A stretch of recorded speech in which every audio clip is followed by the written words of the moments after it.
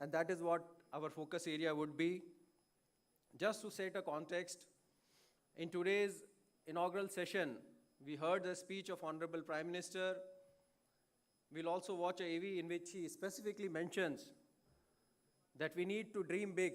And one of the things which he had mentioned once, that very soon working for the PMGA aircraft manufacturing also starts in India.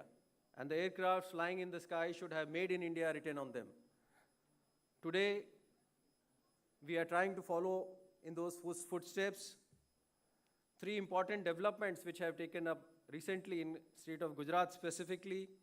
We also heard Honorable Chairman of Tata Group speaking about C295, which will be manufactured in India and specifically in Gujarat, starting from Baroda and then in Dholera. We in Gujarat feel that's a great opportunity for our country and specifically for Gujarat. Gujarat civil aviation sector would try its best to create an ecosystem that is very conducive for the development of such projects in Gujarat. Under the visionary leadership of Honorable Chief Minister Shri Bhupendra Patel sir, we recently made a major policy change and signed a MOU with the Airport Authority of India. I'm sure the ED would definitely talk about it. But now Government of Gujarat is committed to develop new greenfield airports for which the total land expansion cost, land acquisition cost, everything would be borne by Government of Gujarat. We are also committed to expansion and development of brownfield airports and also explore the possibility of opening new airports and airstrips in Gujarat.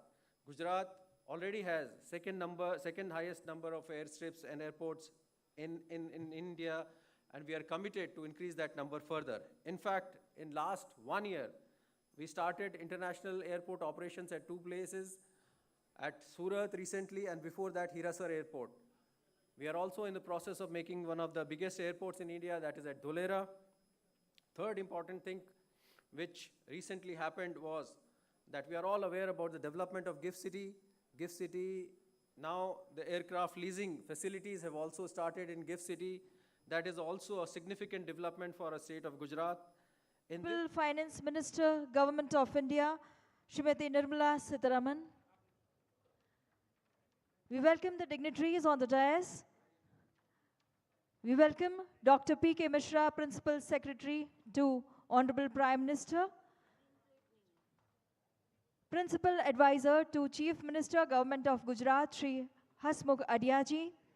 CEO Niti Aayog, Shri BVR Subramaniam.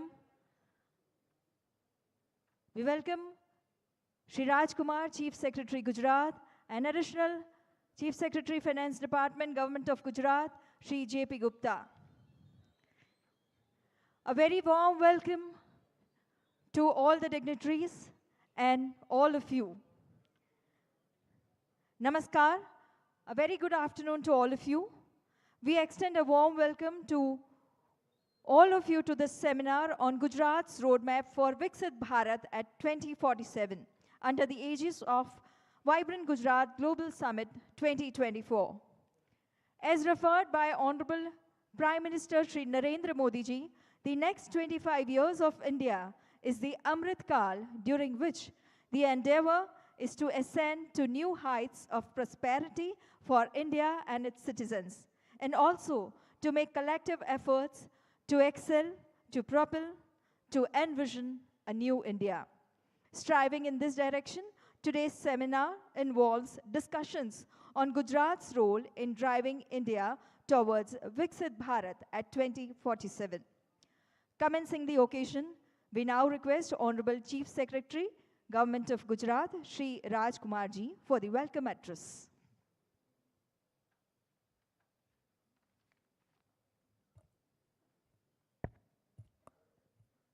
Good afternoon. Honorable Chief Minister of Gujarat, Shri Bhupendra Patel ji, Honorable Minister of Finance and Corporate Affairs, Government of India, Srimati Nirmala Sitharaman ji, Principal Secretary to Honorable Prime Minister, Dr. P.K. Mishra ji, Principal Advisor to Honorable CM, Dr. Hasmukh Adiaji, Shri VBR Subramaniam, Chief Executive Officer, Niti Aayog, my colleague, Shri JP Gupta, distinguished speakers, dignitaries and guests, friends from the media, ladies and gentlemen. It's my proud privilege to welcome dignitaries on the dais. At the outset, I would extend a very warm welcome to our soft-spoken and very decisive leader, Honorable Chief Minister of Gujarat, Shri Bhupendra Bhai Patel ji, under whose dynamic leadership the state has not only organized this, the largest ever 10th edition of Vibrant Gujarat 2024, but also the state has been making very rapid progress in both social and economic sectors in the state. I also take this opportunity to welcome Honorable Finance Minister and Minister of Corporate Affairs of Government of India, Srimati Nirmala Sitharaman ma'am. Ma'am, we are indeed honored to have you here today to guide us on this very special occasion. I welcome Dr. P.K. Mishra, who has always been guiding us, and we have tremendously benefited from his guidance in the development of the state.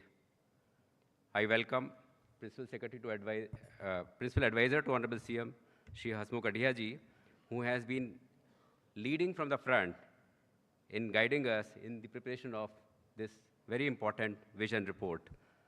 I welcome the Chief Executive Officer, Niti Aayog, Shri VBR Subramaniam. Under Niti Aayog's expert guidance, we have been able to build a robust roadmap of Viksit Gujarat towards achieving the vision of Viksit Bharat at 2047. I am indeed grateful to the distinguished speakers, dignitaries from across the country for accepting our invitation and for contributing to this shared vision of progressive and prosperous Gujarat. I also welcome the friends from media and the audience. As we know that our visionary Honorable Prime Minister shared a great vision of Viksit Bharat at 2047 and called for the next 25 years as Amrit Kal. He called for collective action and contributions from every citizen across the country to achieve this coveted vision. Gujarat, being one of the fastest growing economies of the country, has showcased many developmental models.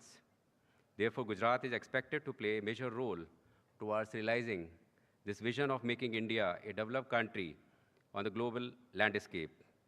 And I take this opportunity to mention that we are well positioned to rise to the occasion under the able leadership of our Honorable Chief Minister, sir.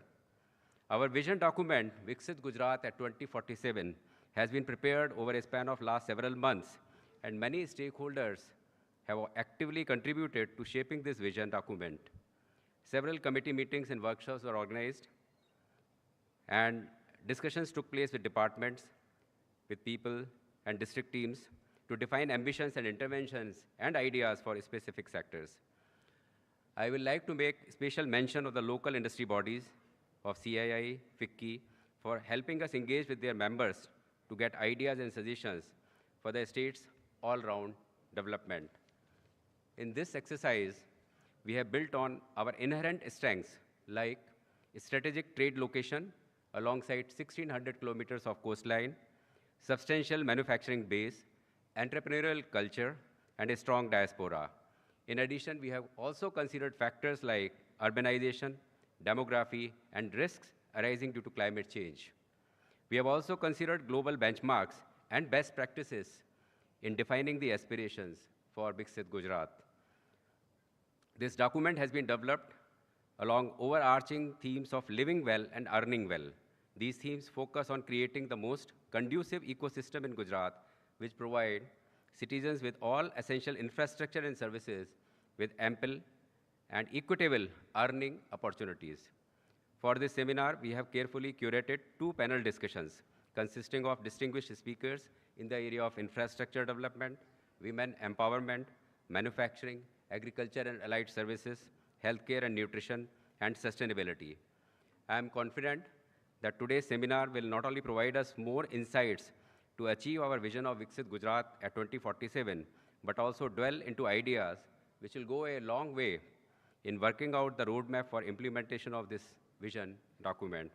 Once again, I would extend a very warm welcome to all of you and look forward to fruitful discussions towards shaping the future of our state as well as our nation. Thank you. Jai Hind, Jai Jai Garvi Gujarat. Thank you, sir, for your warm welcoming words. We take this opportunity to welcome our honorable dignitaries on the dais.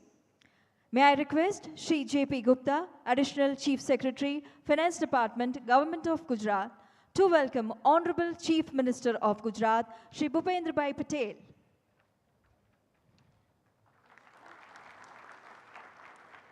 I also request Gupta sir to kindly welcome Honorable Finance Minister, Government of India, Srimati Nirmala Sitharaman.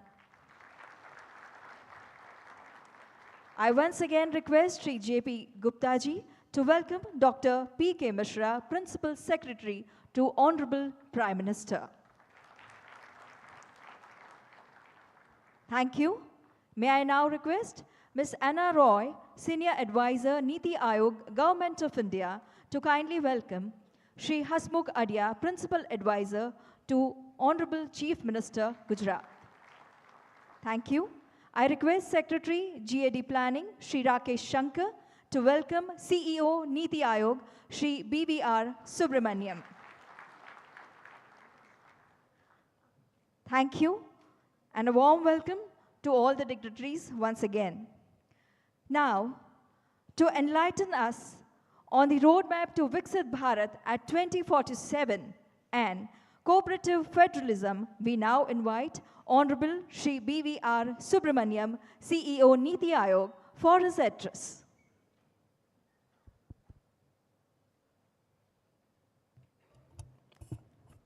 Respected Chief Minister Saab, respected Finance Minister, dignitaries on the dais, distinguished ladies and gentlemen. You heard a very inspiring speech by the Prime Minister just 2 hours ago, and I'll only summarize it. The 21st century is India's century, and this is a turning point in its history. And he said it very, very clearly, that as India pole vaults into the future, we, who are already the 5th largest economy in the world, are soon, in a couple of years, going to become the 3rd largest economy in the world. And he said it very nicely, saying that irrespective of what analysts can keep doing their mathematics and calculations, but India will certainly be the 3rd largest economy in 4 years. And I think there is something prescient and very, very deep insight into this. And I'd like to give a background of that, because that sets the context of why we are talking about 2047, why we are talking about Amrit Kal, and why we are talking about Viksit Bharat. By 2047, by the most conservative estimates, India is going to become a $30 trillion economy. So I think that's the large context.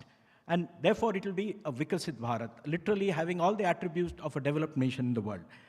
And the Prime Minister himself gave a call for this in 2021, said that this is the Amrit Kal and we should prepare and work towards making India Viksit and make India Viksit Bharat. And in our own governing council, Niti Aayog is an interesting body where the governing council consists of the Prime Minister as the chairman, some union cabinet ministers as members, and all the chief ministers in the country as members of the governing council. And in May this year, the Prime Minister gave a call to all the chief ministers. Let us all work collectively together in the interests of the nation to make India Viksit Bharat by 2047. And in that, he actually gave pleaded with all the chief ministers and asked them, all of you should prepare visions for your own states, so that you prepare a vision and a roadmap so that you all make yourself Viksit by 2047. And in India, being nothing but a union of all the states, if all the states become Viksit, the nation also becomes Viksit. I think that's the basic thesis he's worked on. There's another very important point, and which he has told us, and that's why Niti is also working on that. India is at a turning point in its history. Most nations have a transformative point in their historical life cycles. And if you capture that turning point, you can leapfrog into the future, get out of the past, and go into a future which is quite different. We have seen Singapore do it. We have seen South Korea do it. We have seen Japan do it. We have seen Germany do it. All of them have utilized a turning point and leapfrogged into the future. Then the question arises, why is this a turning point for India? Why is today a turning point? Today is a turning point because if you look all around, and if you see the last decade in particular, look at the massive expansion that has taken place in our economy. The massive expansion in physical infrastructure, massive expansion in social infrastructure, the massive expansion in the economy itself. You touch the sector, be it schools, be it healthcare, be it early childhood education, be it roads, railways, ports, civil aviation and airports, be it international travel, be it the digital world, the digital public infrastructure that has been there, the science and technology world, with our launching the cheapest ever mission to the moon, Chandrayaan, and being the first nation to land on the South Pole. And if you look at us all around, the signals are very clear. In every area of human activity and endeavor, India is outperforming and outperforming any yardstick that has happened in the past. So this is the turning point. It is time for us to leave the past behind and aim for the sky as far as the future is concerned. The second, okay, this is the turning point, but do we have the capacity to do it? We have demonstrated, and the Prime Minister has convinced everybody and shown it, that we are in a position to take a quantum leap because we have demonstrated the capability to do a quantum leap. I'll just quote some examples. The world's largest vaccination program is Indian, based on our CoWIN app, and it was totally domestic, indigenous, totally into our country. Take unrelated fields, sports. The way we have been shooting up 100 medals in the Asians, shooting for the Olympics, hoping to host Olympics possibly in this city sometime in the future, a decade from now. Look at the way bank accounts have been expanded. Jan Dhan, the whole thing done in a couple of months, a massive expansion in this. Chandrayaan, be it the leadership shown to the world in the G20, be it climate goals, where India is the fastest achiever of the climate goals set in 2015 in Paris, achieving some of the goals set far ahead of time. And the expansion in the digital public infrastructure, 10 billion transactions in UPI per month. I mean, it's unbelievable the kind of quantum of transactions that are happening. Infrastructure, railways, the construction of pace of railways is 3 times what it was in the past. The pace of construction in roadways is about 5 times what it was in the past. And global leadership on multiple fronts, G20 and in many other areas. So I think India has demonstrated that not only are we at a turning point, but we can actually capitalize on that turning point, change and break away from the past and break into the league of the big, rich, mighty nations of the world. And how has this been possible? It's been possible because of something which was visible an hour ago downstairs, because of a comprehensive governance model which the Prime Minister has put forth in front of us. A leadership of a very clear and decisive nature. There's absolute clarity and there is no indecision. And a very clear focus on the citizen, citizen centricity, service delivery and speed of service delivery, transparency, efficiency, economy, and focus on impact and outcomes. He actually rips us apart when we talk of policies and paperwork. Outcomes, impact, this focus. And this is what has led to what we are today, that we are in a position to take advantage of this point in time and leap into the future. And that's why Vikasit Bharat is not just a dream, it is a possibility. And coming out of Vikasit Bharat is Vikasit Gujarat. And I'm happy about one thing. I won't go into the details of the document because there is a long session. I'll only say, NITI is working on a Vikasit Bharat plan for the country at the top. It'll take a while. We're still working on it. Many states are working on state-level vision documents. But I'm very proud to say, and I'll thank the Chief Minister Saab, I'll thank the Chief Secretary, Mr. Radia, and the entire team which worked on it. Gujarat is the first state to produce a state-level vision for 2047. I mean, just as Gujarat has been a trendsetter in many, many other areas, it has been the trendsetter. The first Vikasit Bharat document at the state level for 2047 is Vikasit Gujarat 2047 document. So I compliment the state government. The document is beautiful. It encapsulates the vision of the state in 2 simple words, 4 words, 2 phrases: living well, earning well. And of course, the rest of it flows out of it. It's very nicely structured. It's come out of a massive consultation process. Niti Aayog, in the spirit of cooperative federalism, helped them a lot. We put a full team of 7-8 people, 24/7 in Gandhinagar for the last 4 months. But we're very, very happy at the outcome. It's a job of the state government. It's their document. They have owned it. Our job is to stand behind and see that they succeed in their efforts. I wish the state all success. One request to Chief Minister Saab before I close. A vision should not become a report which lies on a table. There are many reports which lie on a table. मेरी आपसे गुजारिश है कि एक small cell कहीं खड़ा कर दीजिए और ऐसी जगह खड़ा करिए जहां उस विभाग को ताकत है. In the sense, it should be in a powerful place with the Chief Secretary or with the Finance Department, some place where you can follow it up. Because this vision is for 25 years, you will need to do course corrections every 2-3 years. But somebody has to constantly pursue The thing is being implemented, not implemented. With that request, I close. I congratulate everybody who's associated with this document. Thank you very much. Thank you so much, sir, for your inspiring words. Gujarat, a pioneer state, has been proactively working towards building a vision and roadmap for Viksit Gujarat to harness the vision of Viksit Bharat at 2047. We now request the Honorable Chief Minister of Gujarat, Shri Bhupendra Bhai Patel, and Honorable Union Finance Minister, Government of India, Srimati Nirmala Sitharaman, to kindly unveil the vision document for Viksit Gujarat at 2047. We request the honorable dignitaries on the dais to join this launch. Let's welcome this initiative by a big round of applause.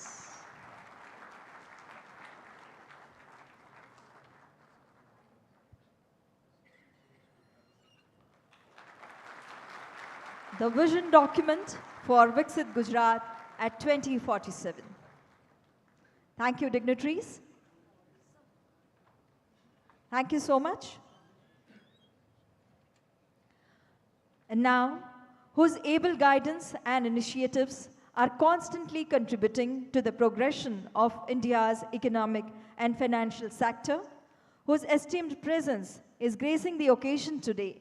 Ladies and gentlemen, we are honored to invite Honorable Union Minister, Government of India, Srimati Nirmala Sitharaman, for her address.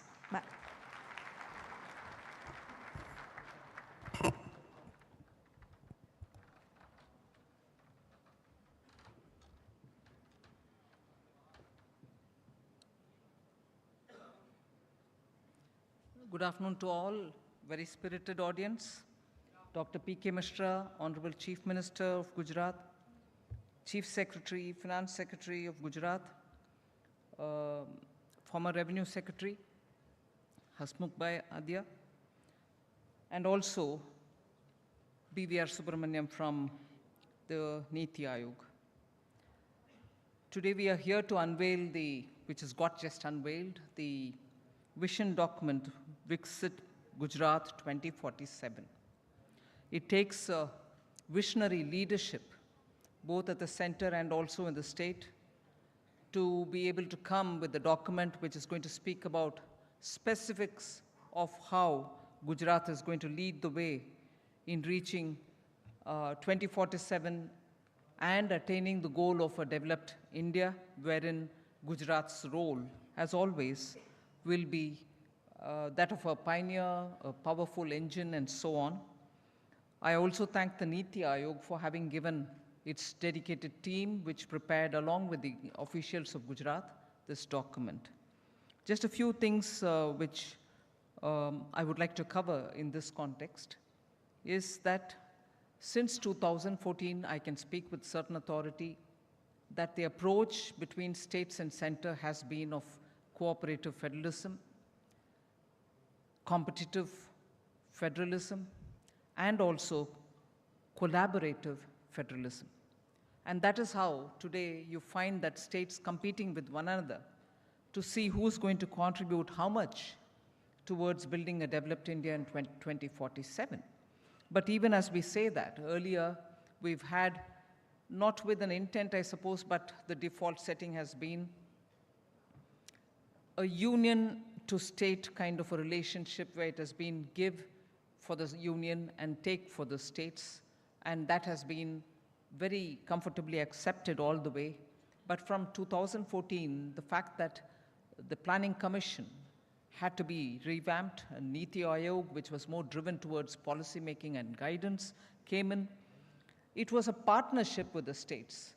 Partnership so that states also aspire and their aspirations find in the scheme of things of the center, and also working together with the states for the strengths that they have, and to make sure that through programs like the aspirational districts, which are later now gone down a bit further to the level of the blocks, gone down in the sense of to the granular levels, to the blocks, looking at development as being a partnership where you leverage the strength of the state and look at strengthening those challenges in the sense, get over the challenges and make them strengths for the states.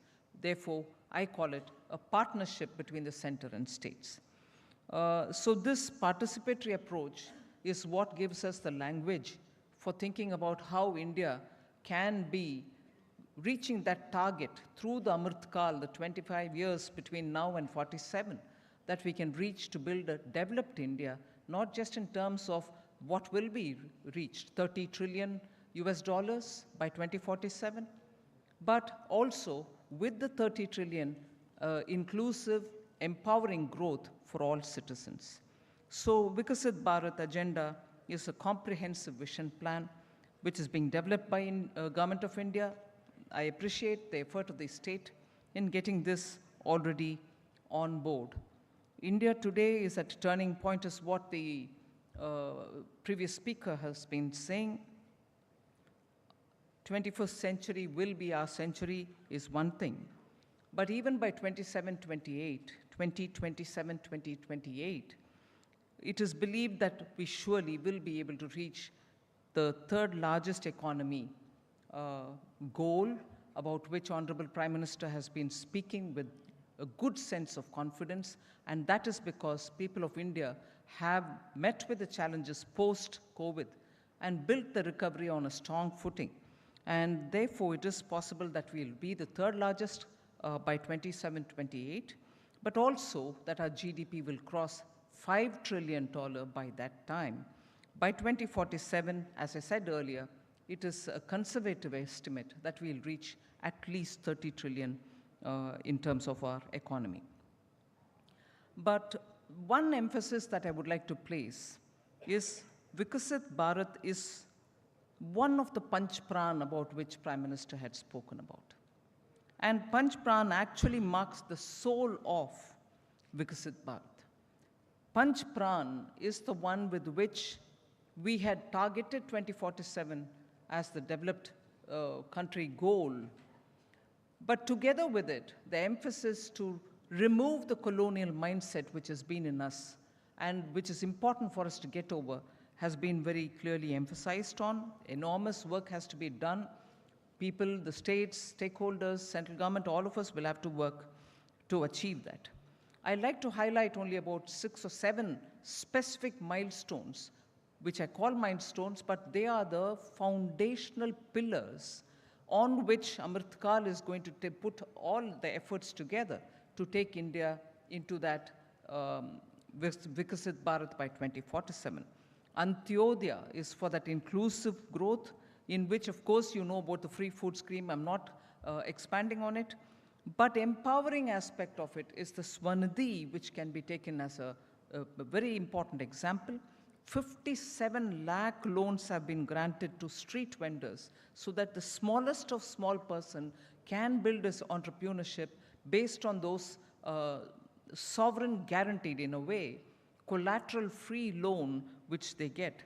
And very many schemes of the Prime Minister, one particular on which the UNICEF has come up with a statement saying this open defecation-free ODF families have actually saved 50,000 British pounds. This is UNICEF saying it. So they say 50,000 British pounds have been saved, or in other words, they've averted to that extent spending on healthcare. So in a way, it is a saving for poorer families. So this scheme of Swachh Bharat and the ODF has actually saved poor people from spending on their health-related matters. The next major, which I would highlight, is the direct benefit transfer, where 37,000 crores of rupees was transferred even during COVID, the lockdown period. 16 plus odd crores of people were covered by it. And therefore, even during a lockdown, if that could help us, the DBT, since after that you are seeing 33 lakh crores has been transferred under the DBT, resulting in savings of almost 2.73 lakh crores for the government. Because pilferages were cut down, you were able to use technology to make sure benefits reach those who deserve it, and government was not spending to unknown entities. The third, which I'll highlight, is a financial inclusion program which India has never seen before like that. Yes, financial inclusion has been a long-drawn goal on which every year a certain number of incremental number of people would come in. But now, I'd like to highlight the fact that almost 50 plus crore people have already been brought into formal banking system. Where were we in 2014-15? Only 15 crore people were with bank accounts. Now that has gone up to 50 crore. Equally, connecting to the rural India and farmers. Particularly, I'll take the example of agro-processing, where the value addition element comes for agrarian products. Only 2 mega food processing plants existed in this country in 2014. That's gone up to 24 in 2023, within a matter of 9 years. That brings in value addition to the products. The farmers get better price. The value addition brings jobs, and some of them get exported also, the products.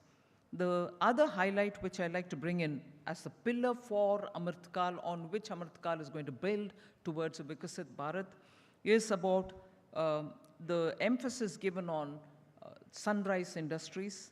India will now become at least in-house producer of semiconductor capacities. EV adoption is happening in a big way. And therefore, these are things which have emanated from the FDI policy of the country. What is about the FDI policy? Just look at the numbers. India had attracted between 2000, April 2000, and March 2023, 23 years, we had attracted $919 billion in FDI. But it is important for us to recognize that 65% of this $919 billion, that is about $595.25 billion, had all reached India in the last 8 to 9 years. So in the 23 years, you're receiving $919 billion, of which 595 plus billion dollars have come only in the last 9 years, beginning 2014. So your FDI is coming in. It's like water. It flows to the lower ebb. Where policies bring in greater certainty, convenience, ease of doing business, FDI flows in. Of course, disruptions of higher US Fed rate and other things can divert it elsewhere. But despite that, we've been receiving that kind of a flow of the FDI. It's not as if it's coming only for manufacturing, it's coming also for service sector. Service, particularly exports, have also seen a surge from 151 billion that it was US dollars to 325 billion US dollars. So these are all strong foundations which have been laid in the last 9 years. There are one or two more I'll add to it. The third largest startup ecosystem, the PLI scheme, which now cover 14 critical sectors. The UPI, about which, of course, BVR Subramaniam had very clearly mentioned, 100 billion transactions in just the calendar year 2023, over 180 lakh crores being the total value which is being transacted. There's global recognition. G20 was very clearly awed of India's experience in this area. So with all this, technology and digitization have brought people together. 50 crore people have been brought into the banking system. Now look at where the unbanked have come into the banking area. 44% it was where we were in 2014. Only 44% had accounts. Now, more than 80% people in this country have bank accounts. Look at Gujarat, therefore, in this context. And Gujarat, which has released its Vikasit Bharat vision document. It is a state which has 5% of our population, just 5%, contributes 8.5% to our GDP. 19% gross value added every year happens from Gujarat to the GVA of the total country. Total gross value addition to the country, 19% comes from Gujarat. The per capita income is 1.7 times the national average. So it is a state which actually is rapidly moving forward, and the state is growing at 12% CAGR between 2011 and 2021, in the 10 years, while the national average is 10.4%.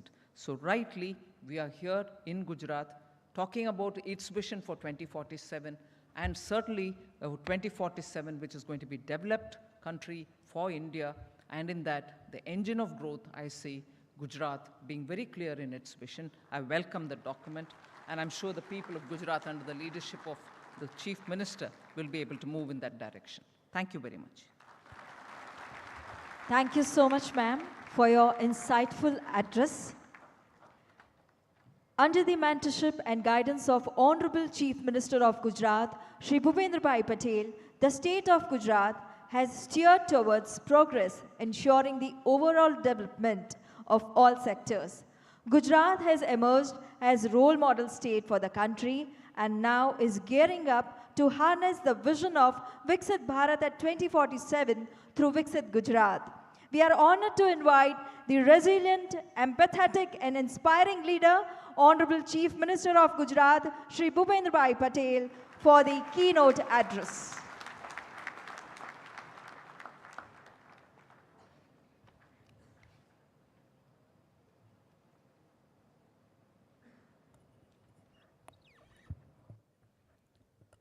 खाने के बाद तुरंत यहाँ इतने लोग हैं, मतलब जो विज़न दे रहे हैं उसमें सबको इंटरेस्ट है।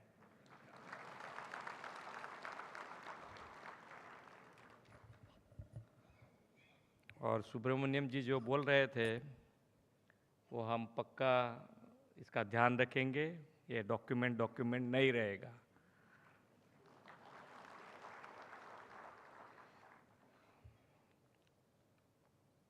ट्वेंटी 47 में विकसित भारत के लिए गुजरात का रोडमैप विषय पर आज आयोजित सेमिनार में हमारे सबके साथ उपस्थित भारत के वित्त मंत्री श्रीमती निर्मला सीतारमण जी, प्रधानमंत्री कार्यालय के chief principal secretary Shri doctor P K. Mishra ji, Gujarat के principal adviser doctor Hasmukh Adhia ji, NITI Aayog के सीईओ श्री B.V.R. सुब्रमण्यम जी, हमारे गुजरात राज्य के मुख्य सचिव श्री राजकुमार जी, अधिक मुख्य सचिव Shri J.P. Gupta ji, press media के मित्र, सभी उपस्थित महानुभाव, सभी को मेरा नमस्कार। विश्व के सर्वाधिक लोकप्रिय नेता और देश के यशस्वी प्रधानमंत्री श्री नरेंद्र भाई मोदी जी ने भारत के 75वें स्वतंत्रता दिवस के अवसर पर देश को संबोधित करते हुआ कहा था कि आने वाला 25 साल का समय देश के लिए अमृत काल है। उन्होंने वर्ष 2047 में भारत की स्वतंत्रता के 100 वर्ष पूरे होने तक विकसित भारत के निर्माण का आह्वान किया है। प्रधानमंत्री जी का मंशा अमृत काल को भारत के विकास का स्वर्णिम काल बनाने की है। प्रधानमंत्री जी का विज़न एक ऐसा विकसित भारत का निर्माण करना है जिसमें देश समृद्धि की नई ऊंचाई प्राप्त करे, जैसे कि ग्रामीण और शहरी क्षेत्रों में नागरिकों को बेहतर सुविधाएं उपलब्ध हों, सरकार और नागरिक के बीच का सेतु अधिक मजबूत हो तथा वर्ल्ड क्लास आधुनिक इंफ्रास्ट्रक्चर का निर्माण हो। प्रधानमंत्री जी के हर आह्वान तथा नए विचारों का वास्तविक रूप देने में गुजरात हमेशा अग्रिम पंक्ति में रहा है। विकसित भारत एट 2047 के निर्माण में भी विकसित गुजरात के निर्माण से बढ़ चढ़कर योगदान देने की हमारी प्रतिबद्धता है। गुजरात देश का पहला ऐसा राज्य है जिसने नीति आयोग के दिशा दर्शन में विकसित गुजरात के लिए 2047 तक का रोड मैप तैयार किया है। आज प्रधानमंत्री जी ने गुजरात को ग्लोबल इंडस्ट्रियल एंड इन्वेस्टमेंट के क्षेत्र में अग्रिम स्थान दिलाने वाली वाइब्रेंट समिट के 10वें एडिशन का उद्घाटन किया है। प्रधानमंत्री जी की विकसित भारत की संकल्पना के अनुरूप गुजरात के योगदान का रोड मैप विकसित गुजरात एट 2047 का आज ही के दिन लॉन्च होना एक सुनहरा सुयोग है। इस डॉक्यूमेंट को तैयार करने में हमें आदरणीय वित्त मंत्री श्रीमती निर्मला सीतारमण जी का भी मार्गदर्शन निरंतर मिलता रहा है। मैडम, मैं इस बहुमूल्य गाइडेंस के लिए आपका धन्यवाद करता हूं। आदरणीय प्रधानमंत्री जी के नेतृत्व में गुजरात ने गत 2 दशकों में विकास के अनेक आयाम स्थापित किए और देश का ग्रोथ इंजन बना है। इन 2 दशकों में 15% से CAGR के साथ GSDP की दृष्टि से गुजरात सातत्यपूर्ण तरीके से देश में सबसे तेजी से विकसित हो रहे राज्यों में से एक रहा है। देश की कुल जनसंख्या में 5% की हिस्सेदारी रखने वाला गुजरात देश की GDP में 8.5% का योगदान देता है। इसी तरह देश के इंडस्ट्रियल आउटपुट में 15% और देश के एक्सपोर्ट में 33% हिस्सा गुजरात का है। गुजरात देश में सबसे अधिक कार्गो हैंडल करता है और लीड्स इंडेक्स में अग्रिम राज्य है। ईज ऑफ डूइंग बिजनेस और स्टार्टअप रैंकिंग में भी गुजरात देश में बेस्ट परफॉर्मर रहा है। गुजरात का यह विकास मॉडल आदरणीय प्रधानमंत्री जी की विजन और मार्गदर्शन में तैयार हुआ है। प्रधानमंत्री जी के दिखाए हुए इस मार्ग पर चलते हुए हम विकसित गुजरात के माध्यम से विकसित भारत के निर्माण के लिए प्रतिबद्ध है। हमारा संकल्प विकसित गुजरात के इस लक्ष्य को केवल आर्थिक या औद्योगिक विकास के से ही नहीं बल्कि सामाजिक क्षेत्र के विकास से भी प्राप्त करना है। 2047 का गुजरात कैसा हो, विकसित यात्रा में किस ऊंचाई पर हो, इस विजन के साथ हमने कुछ लक्ष्य भी निर्धारित कर दिए हैं। 2047 तक गुजरात के GSDP को हम 3.5 ट्रिलियन US$ तक ले जाने का ध्येय रखते हैं। आज आपने सुना होगा वहाँ भी 3 ट्रिलियन का तो बोले थे, वहाँ से सुबह में सुना हो तो। राज्य की कैपिटा इनकम 2047 तक 38 to 43,000 US$ करने का भी हमारा लक्ष्य है। प्रधानमंत्री जी के दिशा दर्शन में देश में 2070 तक नेट जीरो एमिशन का लक्ष्य हासिल करने का संकल्प लिया है।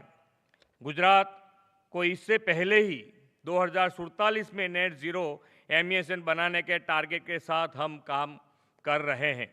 रोजगार सृजन में नारी शक्ति के 42% के वर्तमान पोटेंशियल को 2047 तक 75% तक ले जाने की हमारी मंशा है। गुजरात में लोगों की लाइफ एक्सपेक्टेंसी हाल एवरेज 70 ईयर है। हम रोबस्ट हेल्थ इंफ्रास्ट्रक्चर और हेल्पीनेस इंडेक्स को बढ़ावा देकर 2047 तक उसे एवरेज 84 तक ले जाना चाहते हैं। राज्य में एक स्वस्थ समाज के निर्माण के लिए सभी को बेहतर स्वास्थ्य सेवाएं और 100% हेल्थ एवरेज कवरेज मिले, सभी को शिक्षा मिले, शुद्ध हवा पानी के साथ साथ स्वच्छता सभी का स्वभाव बने, सभी को समान अवसर मिले, इस दिशा में हम आगे बढ़े हैं। प्रधानमंत्री श्री नरेंद्र भाई मोदी जी ने गुजरात में पॉलिसी ड्रिवन ग्रोथ की बुनियाद रखी है। राज्य में उभरते क्षेत्रों के लिए सरकार द्वारा लागू की गई नीतियां देश और दुनिया के उद्योगों को आकर्षित कर रही हैं। गुजरात सेमीकंडक्टर, फिनटेक्स, पेट्रोलियम, फार्मास्यूटिकल और टेक्सटाइल जैसे क्षेत्रों में देश में अव्वल स्थान पर है। हम गिफ्ट सिटी के माध्यम से राज्य को देश की फाइनेंशियल सर्विसेज कैपिटल बनाने के लिए प्रयासरत है। विकसित गुजरात एट 2047 की संकल्पना का यह दस्तावेज विभिन्न स्टेक होल्डर्स, थिंकर्स और पॉलिसी मेकर्स के चर्चा करने के बाद हमने तैयार किया है। आने वाले दिनों में हमारे लिए नीतियों और कार्यक्रमों को बनाने में यह डॉक्यूमेंट सहायक सिद्ध होगा। इस विश्वास के साथ मैं अपनी वाणी को विराम देता हूँ। भारत माता की जय, वंदे मातरम, जय जय गरवी गुजरात। आपके प्रेरणादायी संबोधन एवं मार्गदर्शन के लिए बहुत बहुत धन्यवाद माननीय मुख्यमंत्री ji. Thank you Honorable Chief Minister Sir for your inspiration and encouragement.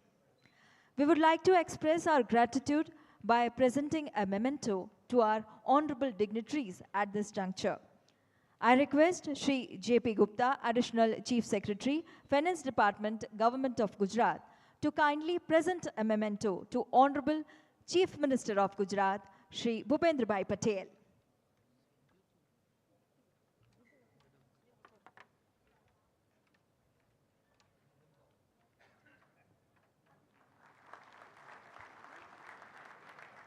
Thank you, sir. I also request Gupta ji to kindly present a memento to Honorable Finance Minister, Srimati Nirmala Sitharaman.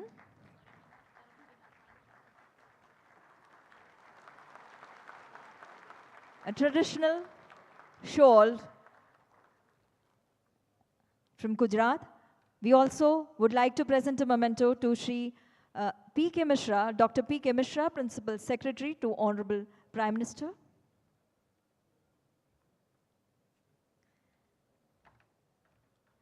The memento exhibiting the traditional art from Gujarat. And also, we would like to present a memento to CEO Niti Aayog, Shri B.V.R. Subramaniam ji.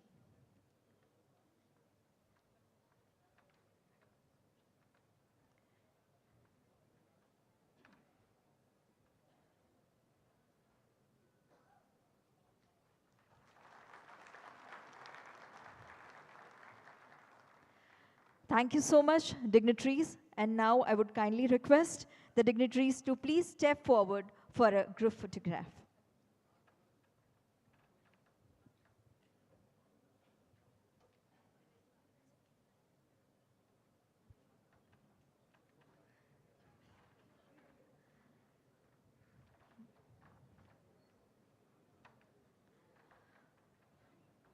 With this inaugural session, now we are gearing up for the insightful discussions on Viksit Gujarat, the roadmap for Viksit Gujarat. Thank you, honorable dignitaries, for enlightening this occasion by your very valuable presence. We thank Honorable Chief Minister, sir, Honorable Finance Minister, and all the dignitaries on the dais. Thank you so much. We are going to continue with our next session at this moment itself. I kindly request all of you to please be seated as the dignitaries leave the auditorium. And now we are heading towards our next session.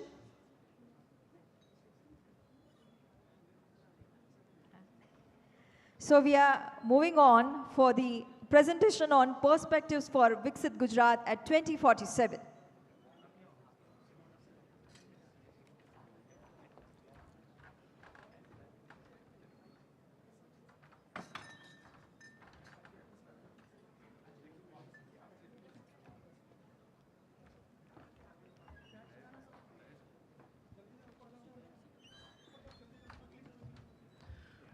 Good afternoon, friends.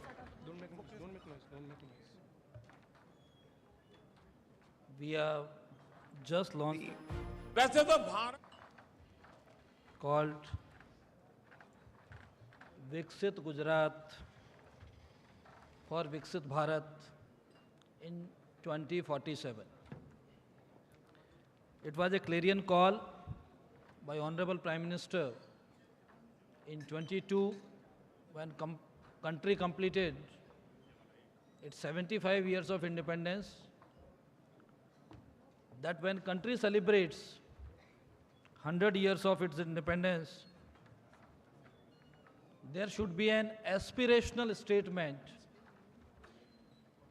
that where we want to take this country to be, what we want for its citizen, what kind of environment we are looking forward.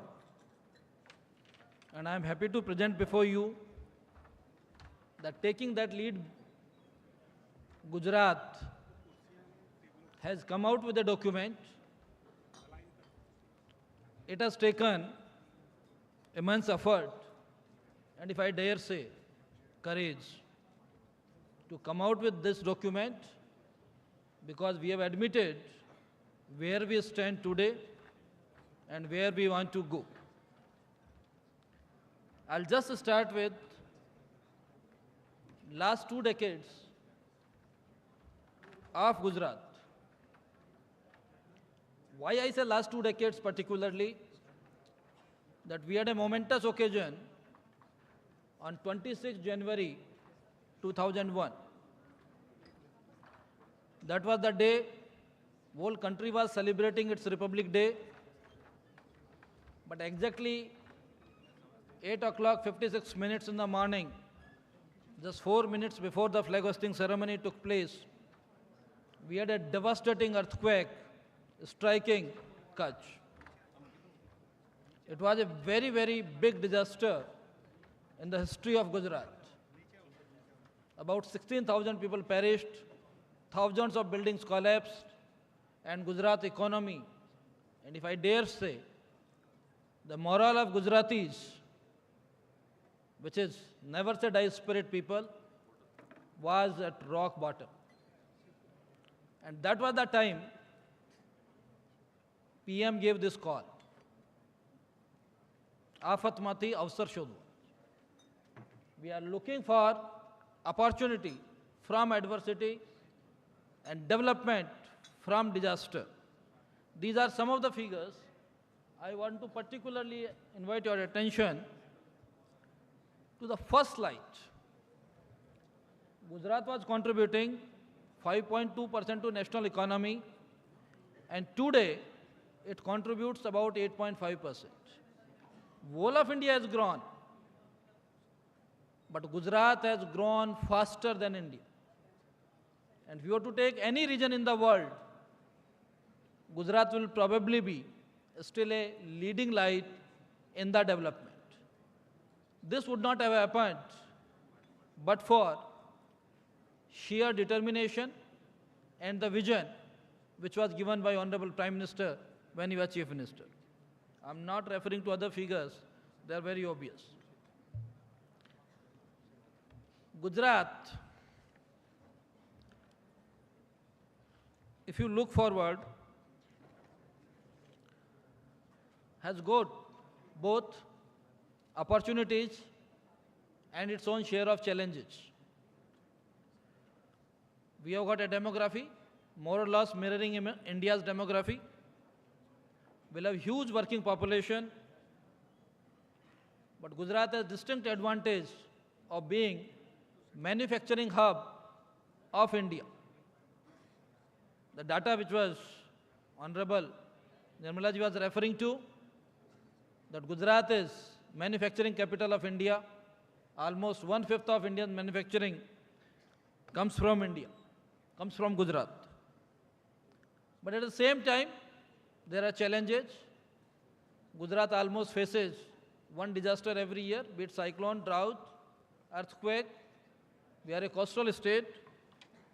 Second challenge that will be faced by not only Gujarat, but whole of world. That is phygital world. We are increasingly having technology-led disruptions. In the morning session,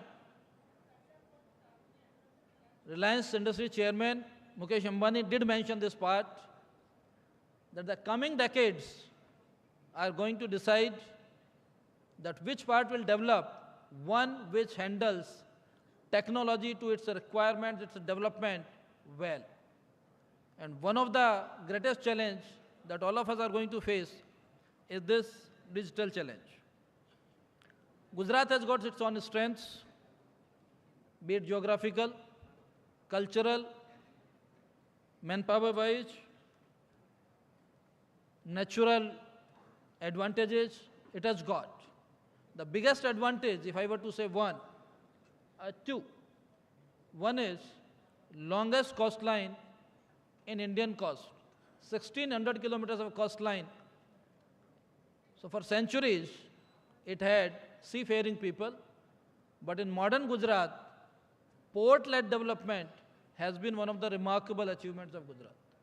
And second, entrepreneurial spirit of Gujaratis. Gujaratis look forward, dhando, in everything they do. And you will find Gujaratis in almost any country of the world you visit. I had recently gone for Vibrant Gujarat promotion in US, and probably I had more doklas and theplas in US than I eat in Gandhinagar. That's Gujarat. So, if you are standing at this stage, what is the next thing that we are looking forward? And the next thing that Mr. Subramaniam referred to, and I'll just refer to our old Sanskrit text. Sarve bhavantu sukhine, sarve santu niramaya has been old Indian philosophy. This whole document's essence is captured in this slide. We want people to live well in all aspects: physical, mental, social, in every aspect of life, to live well, and collectively and individually both, we want them to earn well. Second portion is rather more familiar in Gujarat. You've seen the shape of economy of Gujarat. We are doing pretty well. And I said in the beginning, we have accepted this challenge, whether it's air, whether it's the health of the people, whether it's a nutrition, we want to address those challenges. And that's where this document comes out, and we divide these two challenges in different specific areas. When we say living well, we want clean environment, air, water, sanitation, host of other things. We want good health care, education, nutrition, pollution-free environment, and most importantly, every citizen of this state should feel they are valued and they are able to contribute to the development of not only state but the world. So they are making valuable contribution. That community feeling, that feeling of Vasudhaiva Kutumbakam has to come. So we are looking forward to that. Second part is well known. First part, we are visualizing a 3.5 trillion economy, and that's almost the same size which India had some time back, few months back probably.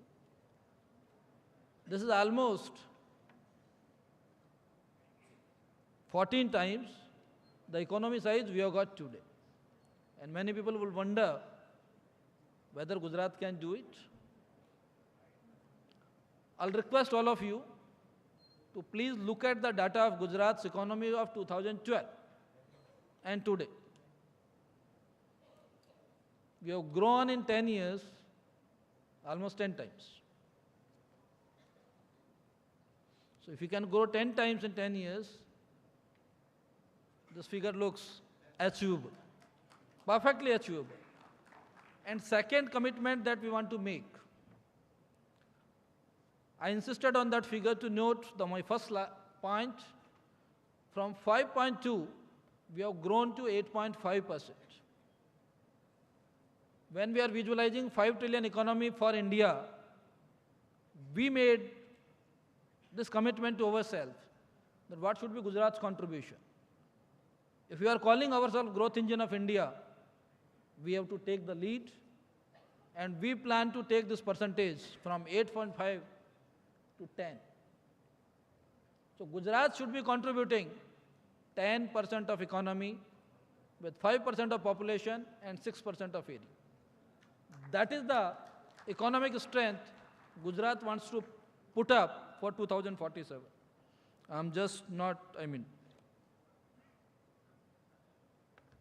These are some of the major features that we'll see in 2047 in Gujarat. Population of Gujarat will stabilize from current 7 crore, 70 million to somewhere around 85 million. That's tentative figure. From 50% of urban population will grow to probably 70, 72%, maybe slightly more, 75. As Honorable CM said, life expectancy will improve significantly. Median age will shift from 28 to probably 39, so we'll have more older people than younger people.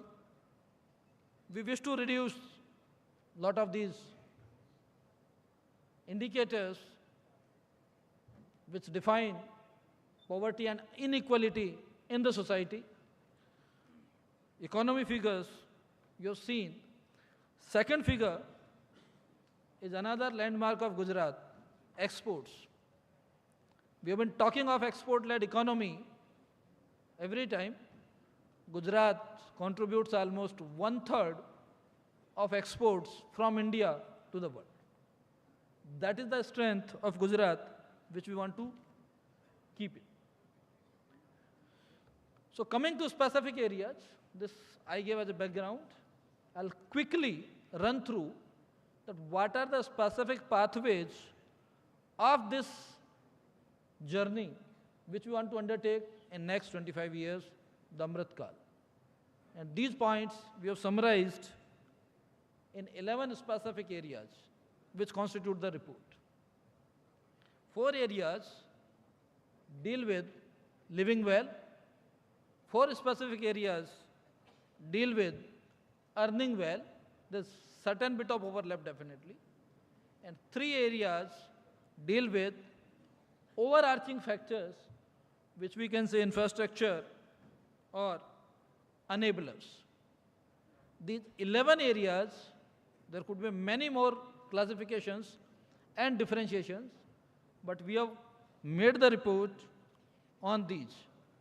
Last 2 points are well known, that we want this whole journey to be sustainable, facing the technological challenges. So the first point is about healthcare and nutrition.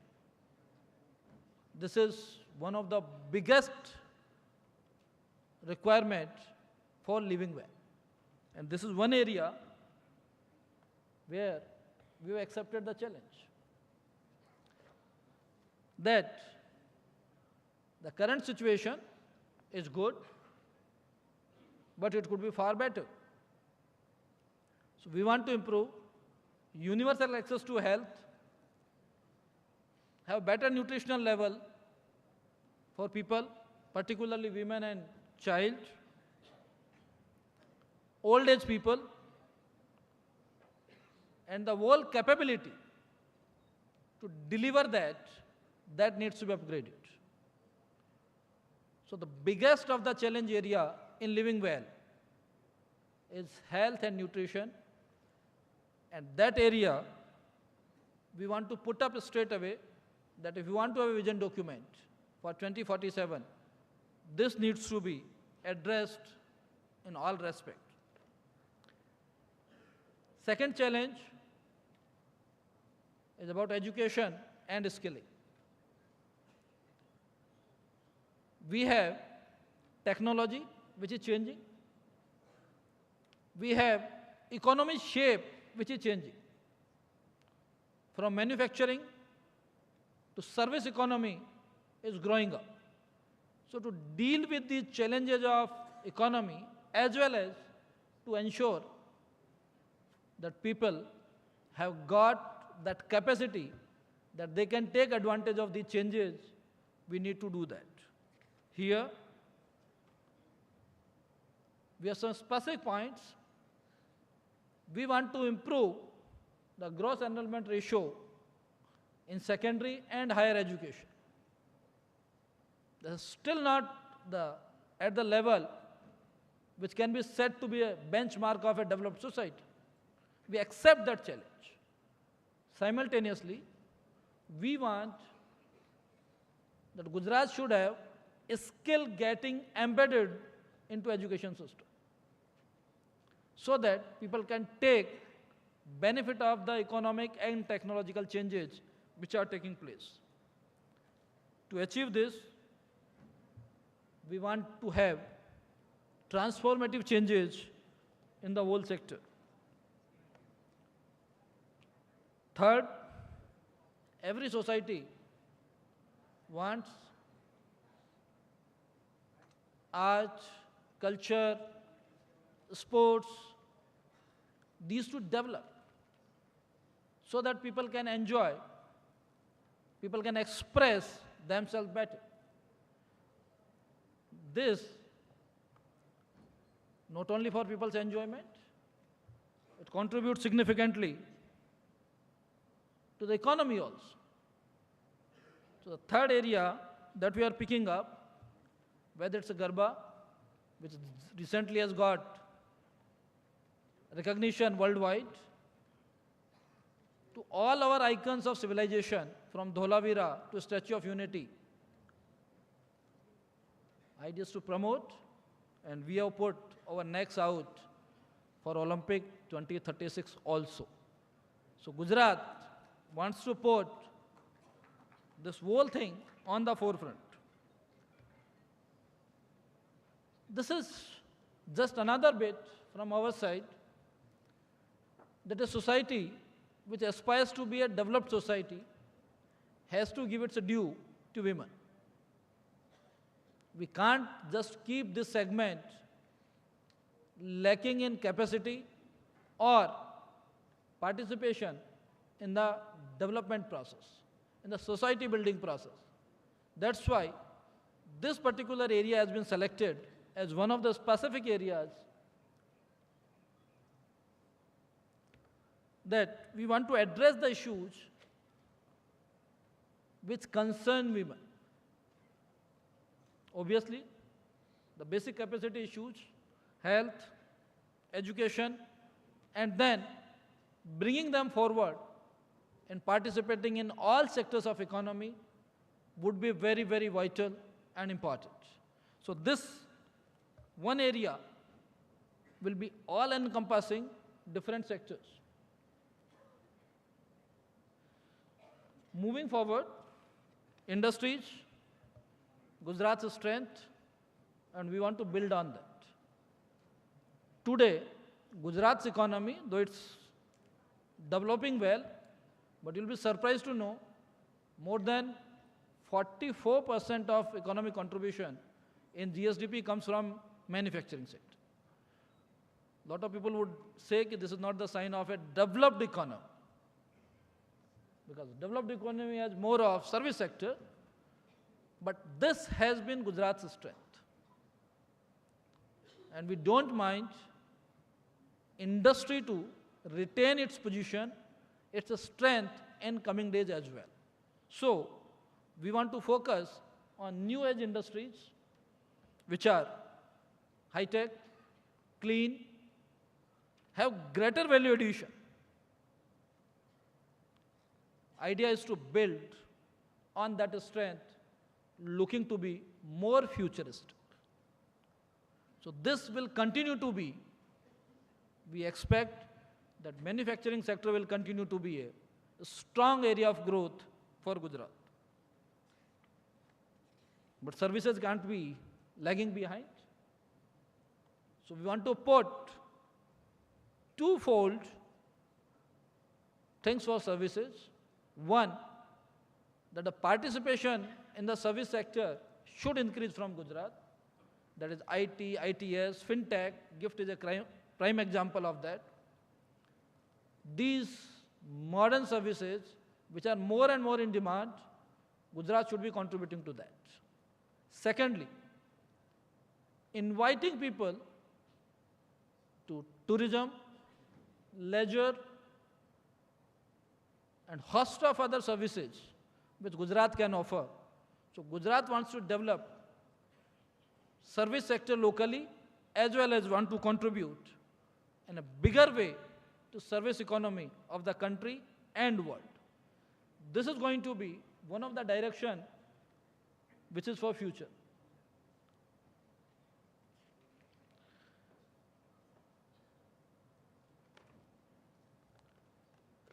Tourism, many people associate tourism with many other states.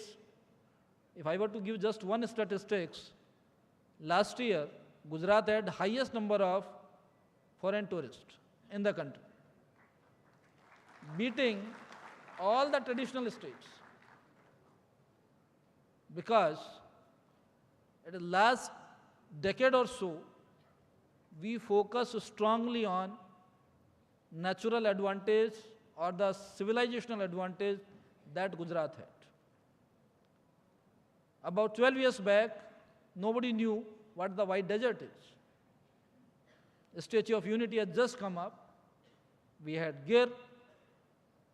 Gujarat can offer or has tremendous potential for tourism, and this is one area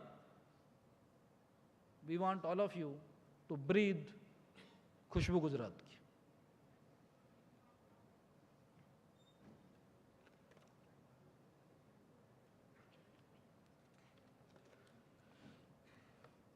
Rural economy, as usual, will continue to play a significant role in the development of society. So, there we want agriculture to have greater focus on water use efficiency, modern agronomy practices, cluster approach, and value addition, which can take it forward. Our last decade's growth in agriculture has been close to 6 to 7%, which I can say in the current context, quite remarkable. Enablers, cities are the economic power centers. Gujarat has already got 50% of its population in urban area. It will go up to maybe 70-75%. So cities have to be developed. It has to be taken to next level. And this is one of the challenge that government of Gujarat has picked up. Last year's budget reflected a hike of about 40% in cities' budgets, and next 5 years alone, we are planning to spend 2 lakh crores on cities infrastructure. Cities, unless become vibrant, unless become people friendly, this whole development, the whole aspirational thing that we are projecting will be very, very difficult to achieve. Transport and logistic. Goes without saying that unless there is good transport facility and logistic facilities, not only the human movement, but the goods movement will also be stuck. So the aspirational society that we are planning in 2047 has to address this issue squarely. We boast of good, but it has to go to next level.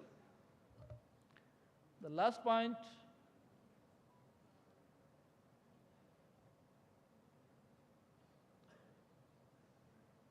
and I'll take a minute to just say that for any society to prosper and develop, we need rule of law, we need peaceful industrial relations, we need consistency of policies and programs which take forward.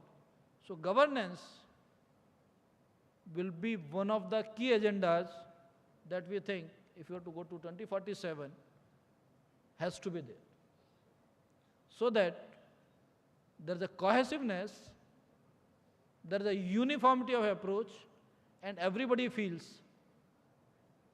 that in a true democratic spirit, whatever has been said will be respected, people's rights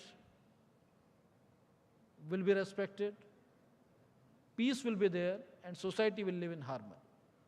These 11 points make the whole thing. I just want to say the last thing. This document, which we have tried to put together, is not a document etched in stone. It's a very dynamic, living document. As the situation around us changes, as the things progress, this will have to be written and rewritten. will visit it, and as Honorable CM has said, we plan to make a concerted effort that this whole thing is put in action at all levels. I would like to end my presentation with this quote from one of the greatest Gujarati and father of nation, that our commitment is to give to our future generations a better planet, better society than what we inherited. And we definitely pledge to give a much better future for our coming generations. Thank you so much. Thank you, Honorable ACS Sir, for that in-depth presentation reflecting the perspective for the Viksit Gujarat at 2047.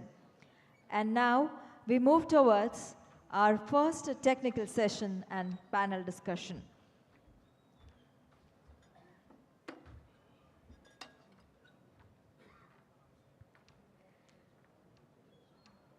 This technical session focuses on the theme of living well. The key defining parameters for living well will include access to all living essentials for a citizen who are healthy, educated, and value-driven. Living in a sustainable society powered by seamless transportation and citizen-centric governance. For this session, I would like to call the moderator and our expert panelists to take their seats on the dais. We have with us today Shri Janmejay Sinha, Chairman, MD and Senior Partner, BCG India, as our moderator for this session. We welcome you, sir. We welcome CEO, Niti Aayog, Shri BVR Subramaniam ji. We also welcome our participants, panelists, Ms. Cynthia Macri, UNICEF India representative, Dr. Arunabha Ghosh, climate expert and CEO, CEEW, Ms. Chetna Gala Sinha, Mandeshri Bank, and Dr. Deepak Phatak, Professor, IIT, Mumbai. We welcome all the participants, all the panelists for this session. Let's have a big round of applause for all our participants for this session. We are going to ponder on living well. So now, I hand over the session to our honorable moderator for the session, Shri Janmejay Sinha. Over to you, sir. Thank you so much. It's a privilege and an honor to be here at the launch of the first Viksit Bharat State Vision. And it's exciting to see the simplicity and the power of earning well and living well. You know, I mean, I thought that, and I also like the fact that the panel living well came before the panel earning well, you know, because actually you only earn well to live well. And what does that really mean? So it's really useful to explore with this really august panel, you know, which is deep in their different sectors, what that would mean. And, you know, having the CEO Niti Aayog, I would love to first put him on the spot. You know, when you have him, you might as well put him on the spot first and ask him the one which has been least covered, and then come to the others where I know exactly what I'm going to ask some of the other panelists. But the area that I found really intriguing and interesting, and which I would like you to give some flavor to, is what is the relationship between history, culture, sport, and the feeling of living well. And as you look at it in this context, what do you think is in the minds of the Chief Minister as he launched this? You know, what elements? We all saw the presentation around which elements the state wants to highlight. But what would you pick out of that? You know, what would you really highlight? it's very interesting. The two themes are live well and earn well. But there's a statement at the bottom where the word value comes twice. You know, a society with values and valued people. I think that's something. So although earn well and live well, they are there at the top, I think there is a underlying substrate which is actually values. And I found that very unique. And I think it's come totally through the consultative process here. It's something which can't be imposed from outside. And that also ties up with the fact that you have 11 areas of activity, and one of them was exclusively devoted to heritage, culture, art, and sports. So I think that's a very valuable anchor or a pillar for a peculiar reason. Where do we as individuals draw identity from? It's from what you are, your history, your heritage. They define what you are. It becomes a matter of pride. If you want to destroy me as an individual, destroy my pride first. Destroy what I actually subscribe to, and that's where I draw my goal for life. So the goal for your living in this world, whether you be living well or earning well, there is a superordinate goal, which you draw from your cultural background and ethos. And I think that's where they're hitting at. And they've also given it a very nice twist. I've seen the document. And the nice twist is, I think it's very Gujarati also, about preserving heritage, preserving culture, all that is there, our monuments, etc. But they've also given an economic twist to it, you know, that how can we brand it, how can we market it, how can we actually generate economic returns out of preserving heritage and culture. You see, you saw the movie today morning when the PM was, just before the PM spoke on, when Vibrant Gujarat was being launched. There was so much of culture which actually hit you in the beginning when the event was being launched, which showed that there are very strong roots. People identify themselves strongly with their heritage. That also comes out of the 4 strengths they talked of. One of the strengths is the diaspora. Diasporas can be of 2 types. I go away from a place and I want to forget it forever. And the other is I go and stay away for 100 years, but I still want to maintain my links with my original place. So I think having that as the basis, they've built that all as a pillar. There are 3-4 parts to it as I can see it. One is about preservation, promotion, etc. But they've also given an economic twist to it. How do we brand it? How do we market it? And even see the tourism thing. It's not just about the old 2 places. I mean, I'll go a step back from what Finance Secretary said. People knew Gujarat only about Dwarka and Somnath. People wouldn't know much about it. But then you suddenly realize, you know, whether it's Adalaj or this and that, the way they have promoted their heritage structures all around, I think there is an economic element to that, and that's how they've probably brought it into the vision. That's wonderful. And I'm now going to caution whom I'm going to call on, you know, so that you all get ready as to when I'm going to come to you. Professor, I'm going to come to you last because you're going to be integrative. You are going to have to explain the technology connection between health and education and skilling. And I'm cautioning you already that you should be ready for that. And Ma'am Sinha, I'm going to come to you because I think I really want to pick up on what do you think Gujarat should do aggressively and in a mission mode to help women? So that before responding to your question, I would just like to say that for me it's like, you know, coming to this Mahatma Mandir is more like coming back home. And I would just ask one question that how many of you have visited Kutch? How many of you seen Kutch? Okay. Those who have not seen, I would say, see Kutch. Kutch nahi dekha, to kuch nahi dekha. All of us know. So I come from Kutch. And I've just visited Kutch, and I'm just like responding to your question now, that what should we do? When I was co-chairing Davos in 2018, of course it's quite old now, but we were saying that it will take 135 years to close the gender gap. And I always used to feel like, do we want to, are we convinced with that? I said, no, who is going to wait for 135 years, right? And from the previous session, what I'm listening, and the previous presentation which I saw, I did feel that in this gathering, not only just gathering, but the whole vision of 2047 clearly indicates that we are not going to wait for 135 years to close the gender gap, right? That is one that we don't want to wait.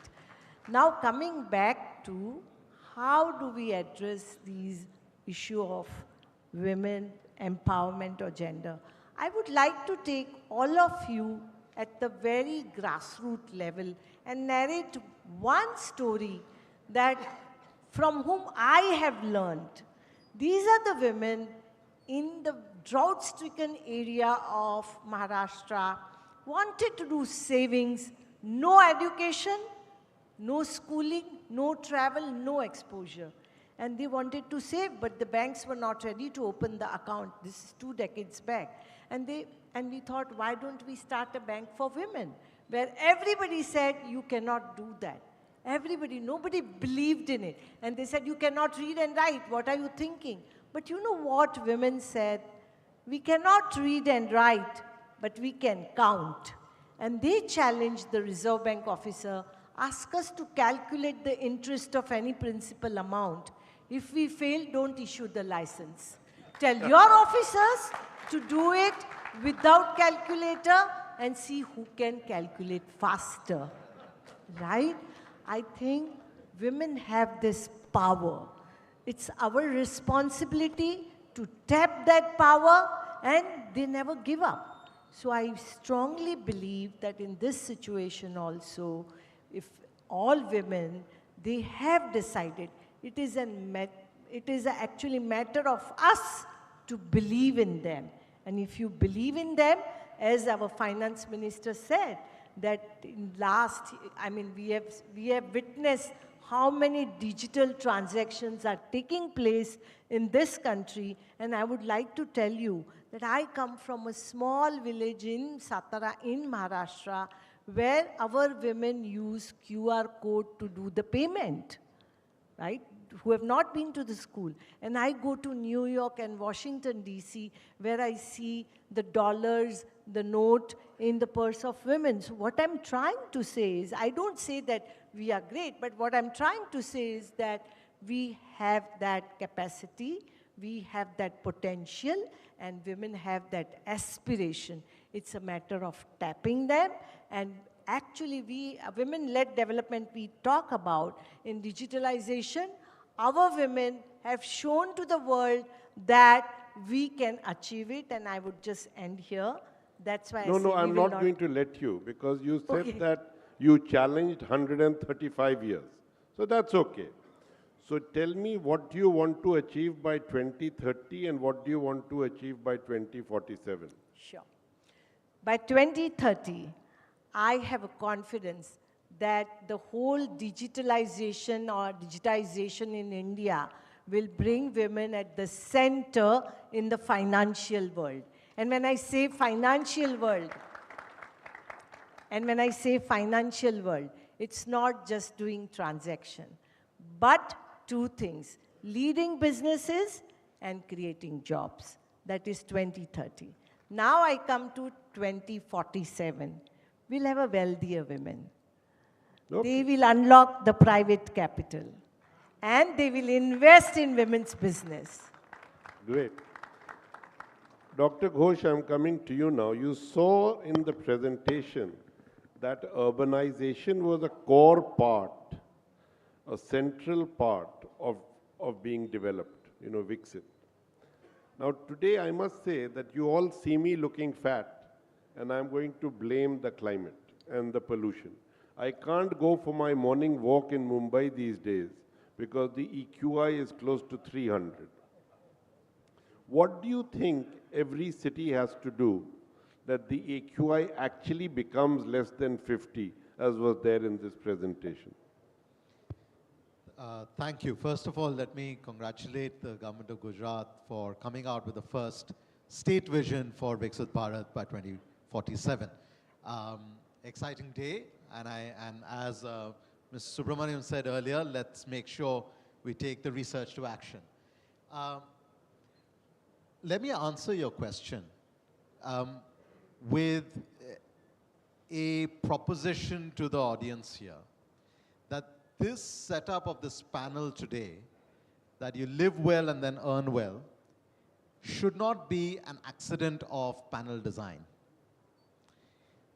We have deluded ourselves into believing that we have to first earn well before we can live well. And let me submit to you that actually in order to earn well, you have to live well. There is now increasing research, including for the BRICS economies, that show that increasing air pollution reduces foreign direct investment. Whereas we've been taught that let's first pollute, get rich, and then clean up later. So if we are interested in earning well, we've got to start by living well. Now, with regards to air pollution, and maybe we'll talk about water later, the way I look at it is I treat them as sort of 5-20% problems. You get air pollution from the power sector, air pollution from industrial emissions, air pollution from road transport, air pollution from municipal waste management, and agricultural waste management.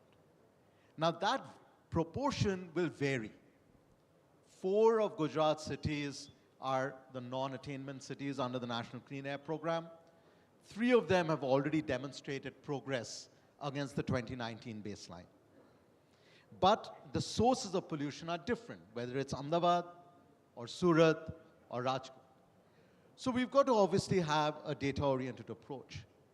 But the ordinary citizen, the ordinary Gujarati entrepreneur, the policymaker, the politician, you've got to ask yourself, is Gujarat getting cleaner in its power mix? The answer is yes, it's a leader in renewable energy. Let's double down, triple down on that. Can Gujarat become cleaner in its industrial emissions? It's the first example in the country where you have an industrial emissions trading scheme that has been piloted in Surat, and now it will come to Ahmedabad and then scaled up. Where we need more attention is in the transport side. So we can clean up using the big push, and Gujarat is one of the states which has incentives for electric mobility. And research that we've done at CEW shows that the states that give incentives for electric mobility versus that don't have at least a 2x increase in EV sales. So let's double down, triple down on that. That leaves us with municipal waste and agricultural waste. The point is, this is like you have a disease, but that disease does not need to mean despair. You can have a scientific approach. You can look for the AQI under 50. I would hope that we don't wait for AQI under 50 by 2047. We can aim for that by 2035, even earlier, and use clean air as an asset and a driver of economic development. Great. Mr. McAfee, I'm going to come to you now. You know, we have some horrible statistics in India, across India, and then, you know, we can go to every state differently, around malnutrition, around wastage, around stunting, around underweight children. And there is a lot of focus on improving curative health solutions. But foundationally, we need to address at the very start, you know, how do you take children and ensure that they don't get malnourished? UNICEF has looked at this across the world. What do you think India is doing? Thank you for, oh, yes, you can hear me in the back? Okay, yeah. Thank you for that question, because I think it's important, because there's a lot that we've learned with and from India. And I might ask a question of the audience as well, as how many people in the room here has ever been a child? has been a child. All of us is here, each one of us is here because we were fortunate, no matter what we may have survived, but something that happened through our life, whether childhood, adolescence, young adulthood, has enabled us to be healthy, to learn. So I think my first fundamental point with that would be invest early. And invest early means invest in children. And I think one of the things you'll hear, we say it all the time. UNICEF says invest early. But why? The science backs us up. So many of you may have heard, but one thing I'd really like you to remember when you leave here is the first 1,000 days of life. During the first 1,000 days of life, the brain develops 80%. So that means that's when, if we make very simple, fundamental investments in how a mother should feed her child, kangaroo care, holding a child, health of a child, doesn't mean just immunizations, which are important, but it also means stimulating the child. So those types of things are extremely important. So the first 1,000 days and early investment that we call at the UN early childhood development. The second thing I would say is systematically leverage what we already have. How many have heard of the Sustainable Development Goals? I'm looking at the World Bank because they definitely have heard of it. Sustainable Development Goals. Congratulations, Gujarat, for helping to give us hope. 49 of the indicators for the Sustainable Development Goals focus only on children. But we're only 1/3 of the way there on those indicators, so we have work to do. But Gujarat has made investment in children, systematically looking at the Sustainable Development Goals. And I say leverage them because the entire world has signed off on the Sustainable Development Goals. It's universal, it's every country, less developed and developed. It's private sector. Private sector is putting money into the Sustainable Development Goals. Leverage that, use those goals and the fact that the world is watching and paying for them to really make progress. And we want to make progress because my third and final point is we want to reach communities. And I think that was a message that we heard clearly from the Prime Minister. And systematically engage and invest in communities, because that's where children live.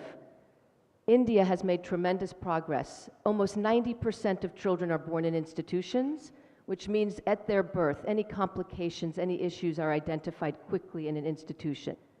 But a few days later, they go home. Then they go to school. So we need to be with the communities, working with the communities. India has shown us how to invest in frontline workers. For example, our AAAs, our Angawadi worker, the ASHA, the auxiliary nurse. They're in the communities. They know the communities. So systematically invest and engage in those communities. In 2003, there were 300,000 Angawadi centers. Those Angawadi centers, over the years and recently, the government has invested, so now there are over 1.3 million, almost 1.4 million Angawadi centers. That means we have frontline workers on the doorstep of children and their families. I'll end with a story, which is, these are numbers, and we've been hearing numbers all day, and you'll hear more. But I met a young boy, Prabhu, and he was born, and he was a bit underweight. He went home, and the Angawadi worker identified that he was not gaining weight. He was not on the charts as he should be. And therefore, she identified and tracked him, and she was able to identify that he was doing quite poorly and get him in medical intervention, and then able to track him and work with the mother on proper feeding. Now he is a toddler, complementary fed, and he's getting ready for school, and he's where he should be on the charts. But that was because India had trained and had an Angawadi worker on the front line, able to work with him and his family.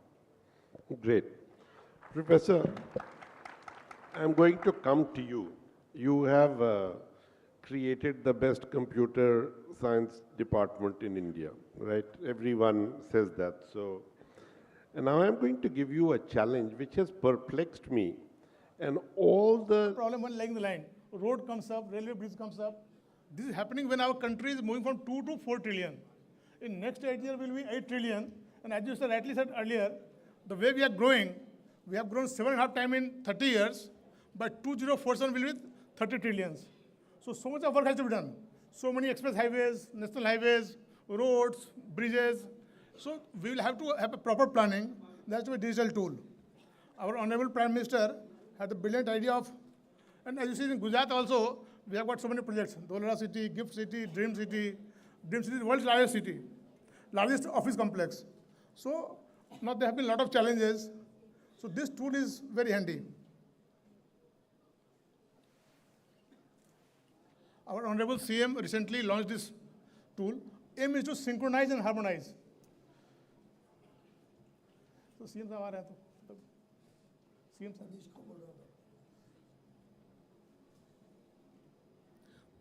So this tool has number of, it is very comprehensive, it's totally online, it's very user-friendly, and it's very comprehensive in the sense that we have thousands of data layer of both central government and state government. So we are, हमारी sir, इनके हो गई print, आपकी print हो गई sir, भाषा का हो गई है.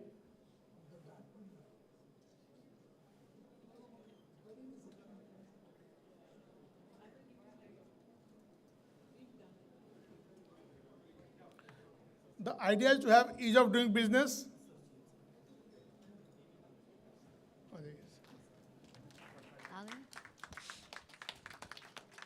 Ladies and gentlemen, we have the honor of welcoming the Chief Minister who has played a pivotal role in driving Gujarat towards new heights of progress. With your applause, let's welcome Shri Bhupendra Bhai Patel.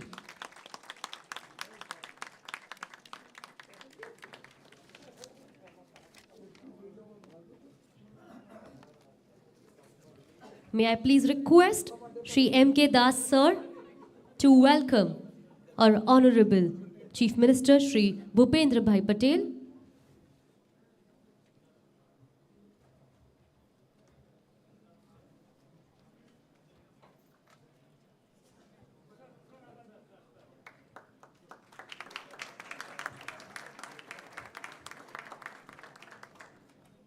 I would also request Shri M.K. Das to please welcome our Honorable Minister of Commerce and Industry, Shri Piyush Goyal ji.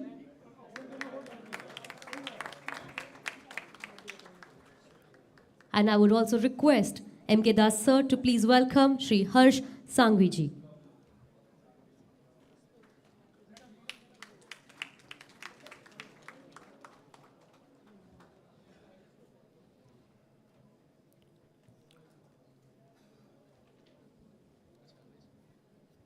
So I will continue and I'll spend 5 minutes only, sir. The idea was to have ease of doing business, ease of governance. Every department should find it easy to get their DPR prepared, get estimates done, then ease of permission. Several times government itself want permission of a department. Road department will need crossing of railway lines, crossing of canals. So every department needs permission from other department. There has to be ease for that. Ease of project monitoring and ease of living. Ultimate aim is ease of living for the Gati Shakti.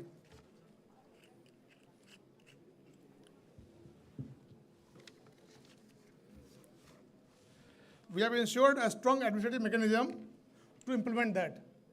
There has to be, at the COS level, we have got a committee. The department headed by Mr. Javed, and the GIDB is the nodal agency. And as on date, we have got more than 1,000 main layers, and then there are a number of sub layers also. Altogether, there are more than 2,000 layers have been identified and integrated already.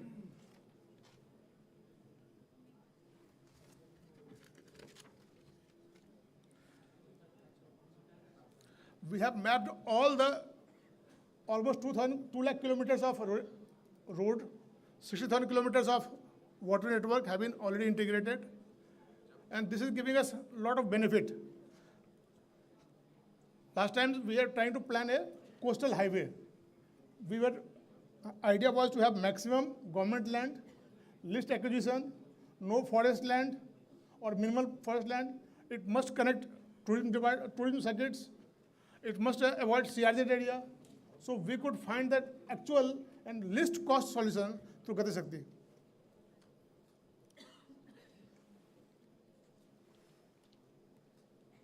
We also have mapped all social infrastructure, all the hospital, road, building, everything. Schools have been mapped here. we can also find the gap analysis. Like other day, somebody wanted to know how many Anganwadi we need. We have two criteria for Anganwadi. One is population criteria, other is distance criteria. So we could find out exactly how many Anganwadis are required, and accordingly we could identify land easily. The land could have taken more than 2 years to find in all the state. Now we could do it in few days only. From few years to few days, that is the power of this tool. And we can identify, yes, we need a small land, we need land near national highway, we need near village panchayat or whatever. So we can define criteria and get the land. So we have made a lot of tools. In fact, there are a number of tools available, but I'll tell you some tools there. Nowadays, sir, government land to other departments are available very fast. Somebody has to construct a school, they apply on Gati Shakti. Our land acquisition model is through Gati Shakti only. NA permission, then about the forest clearances, many times land is away from the forest. People do not know, so they can know about the forest land. So similarly, we have made number of layers and tools. I will skip, the time is short and they have to go. So the one model like telecom tower we talked about. So this data has also height and contour everything. So we can find out how many towers have to be erected, minimum number of towers, so that they can cover entire area. We can save the cost. We can also ensure that the power is available there. The power must be available. Where to put the, in fact, thousands of crore rupees have been saved by now in this sector alone, in all over India, by this Gati Shakti. Similarly, we have done the gap analysis in the food processing area in one district. There also we could do it very fast. And I'll come to the last slide, saying that this is the tool for future. It's not only for today. The Gati Shakti tool is a wonderful idea of Honorable Prime Minister. It is led by Department of Shri Piyush Goyal Sahab. Madam is spearheading that. And we all should utilize it to the fullest potential. We are sure we'll have savings of hundreds of crore rupees every year. Time will be saved. And since we are, as I told, from 2 trillion to 4 trillion, we are having so many difficulties. From 4 to 40 trillion, we shouldn't have the same difficulty. Thank you. I think we all are committed to this project, and we'll take it forward. Thank you. Thank you so much, sir, for sharing your knowledge and insights. Marching ahead, we have our next segment where we will be launching the PM Gati Shakti Gujarat Compendium. This has been going on for last 2 years, and let's have a look at the progress and the achievements of the PM Gati Shakti initiative with the help of a video. के लिए माननीय प्रधानमंत्री श्री नरेंद्र मोदी जी की दूरदर्शी सोच को साकार करते हुए रोल मॉडल बन रहा है गुजरात। पीएम गति शक्ति गुजरात ने पिछले 2 वर्षों में उल्लेखनीय प्रगति की है, जिसके साथ ही समकालिक, पारदर्शी और तेज प्रशासन में एक आदर्श बदलाव आया है। पीएम गति शक्ति गुजरात की यात्रा राज्य सरकार के विभिन्न विभागों के इंफ्रास्ट्रक्चर एसेट मैपिंग के साथ शुरू हुई। इस यात्रा को नया आयाम देते हुए फिजिकल इंफ्रास्ट्रक्चर प्लानिंग के पश्चात और सोशल इंफ्रास्ट्रक्चर प्लानिंग के आमूल परिवर्तन के उपरांत पीएम गति शक्ति गुजरात एक और कदम आगे बढ़ाकर प्रारंभ कर चुका है एरिया डेवलपमेंट प्लानिंग। पीएम गति शक्ति गुजरात की सफल यात्रा के गौरवपूर्ण 2 वर्ष पूरे होने पर माननीय मुख्यमंत्री श्री भूपेंद्र भाई पटेल के करकमलों द्वारा एवं भारत सरकार के माननीय केंद्रीय मंत्री श्री पीयूष गोयल की गरिमामय उपस्थिति में लॉन्च किया जा रहा है इंसेप्शन टू इम्प्लीमेंटेशन कंपेंडियम। प्रगति को मिले पंख और उन्नति को आकाश। पीएम गति शक्ति Gujarat.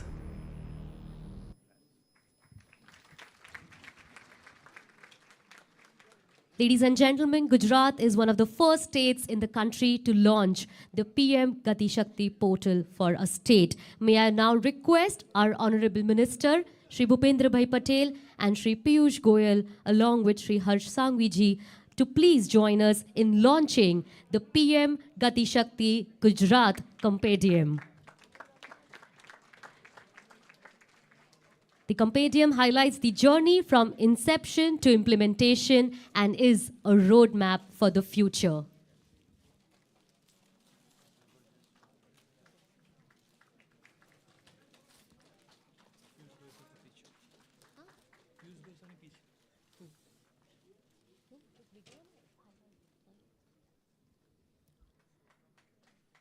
Ladies and gentlemen, delegates, let's have a huge round of applause as we launch the PM Gati Shakti Gujarat Compendium over here at Vibrant Gujarat 2024.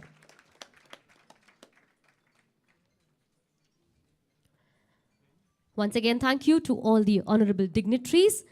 Moving ahead, now we have a special address from our Honorable Minister of Commerce and Industry. His unwavering commitment to public service, coupled with his astute understanding of economic policies, has earned him the respect and admiration of people across the country.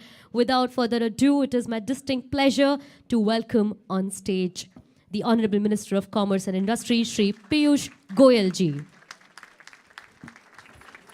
The most respected Chief Minister of the vibrant state of Gujarat, Shri Bhupendra Bhai Patel. Congratulations, you have really pulled off the 10th edition in its 20th year and the first in the Amrit Kal. With all these successes, I'm sure you're a very happy man today. On behalf of all of us in this room. And may I suggest we all stand up and give Bhupendra Bhai a standing applause.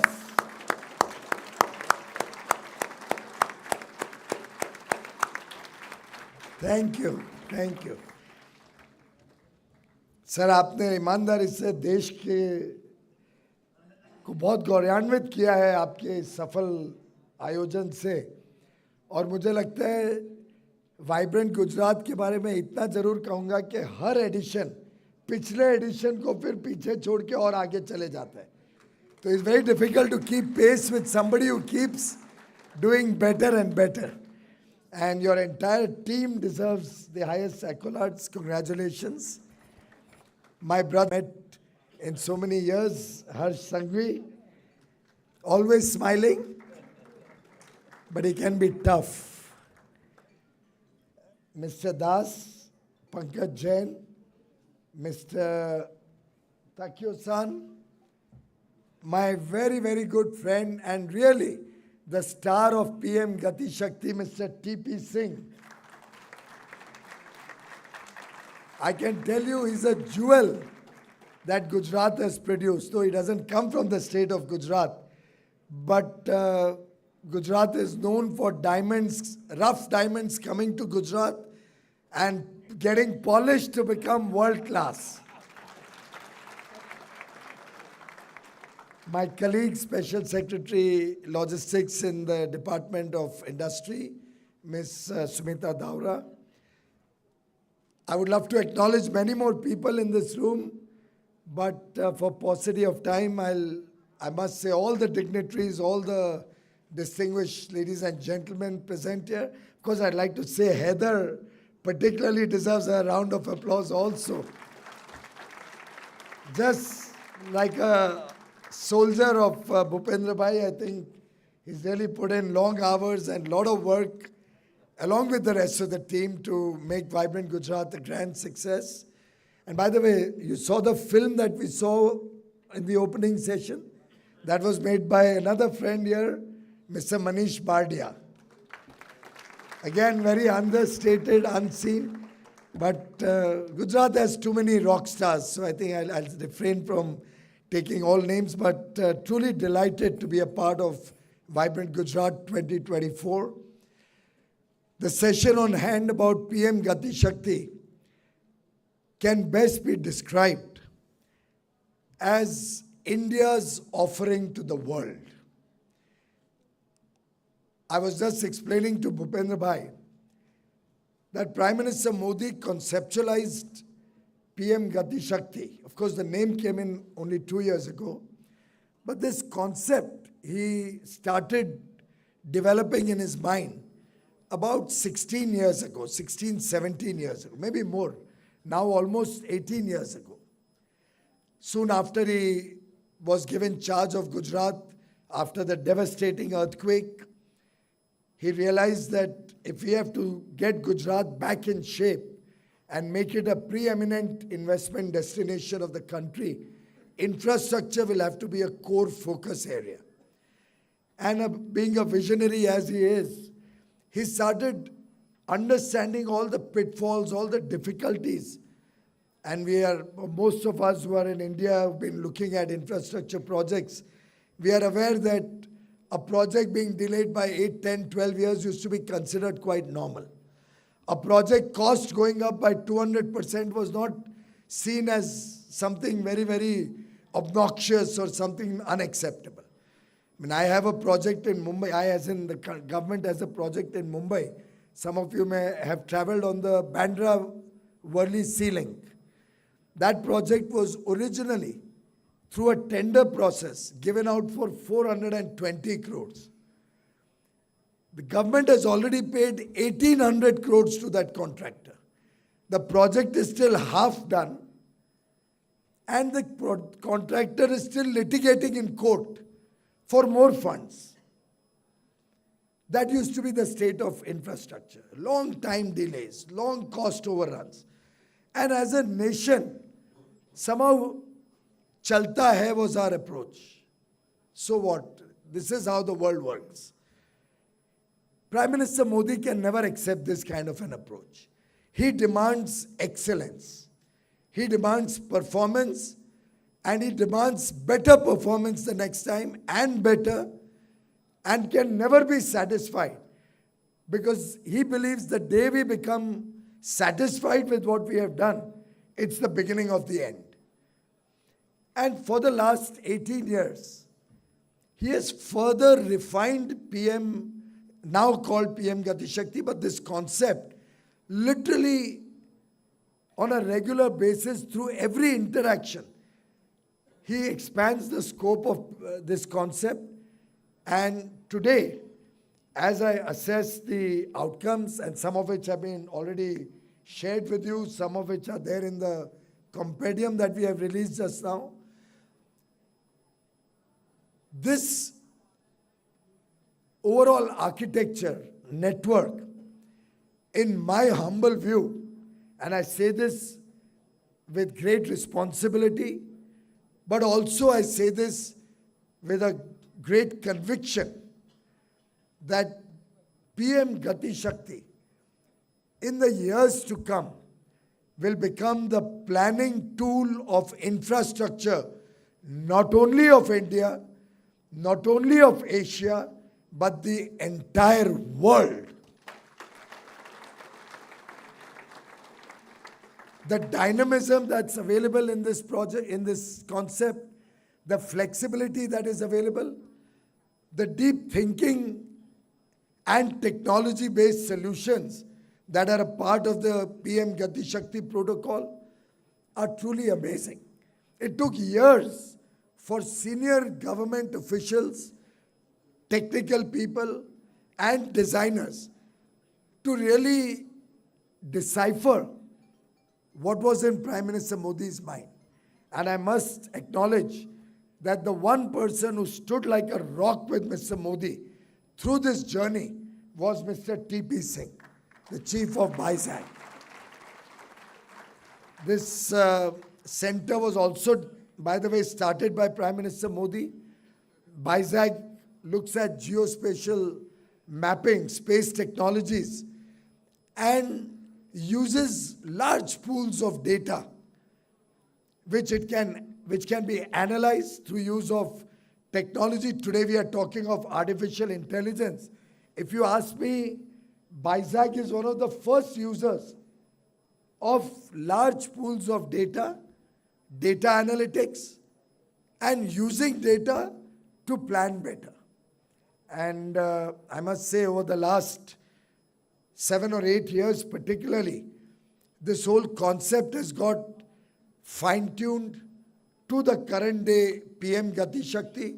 I'm sure you have been told about the different layers of data. We now have about 1,400 odd layers of data. They had gone up to 1,800, but that's the dynamic nature of this project. You even eliminate certain layers which you don't find useful. You combine certain layers which you think can be merged together.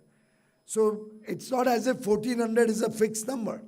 Started with 800, 900, went up to 1800. Currently it's 1400. I don't know what it will be tomorrow. This dynamic nature of this technology, the fact that different pools of data help you plan better, help you analyze better, help you monitor better, help you implement better, and in the overall context of India's journey in the Amrit Kal, where we are looking to fast track our economy, our growth, to make us a $35 trillion economy, 10 times today's size of India's economy by 2047. PM Gati Shakti will help us create the enabling environment, the infrastructure around which India will progress, not only to become the third largest economy of the world. That will happen in the next 3 or 4 years. That's Prime Minister Modi's guarantee. Third term, third largest. And then we'll start working in reverse order.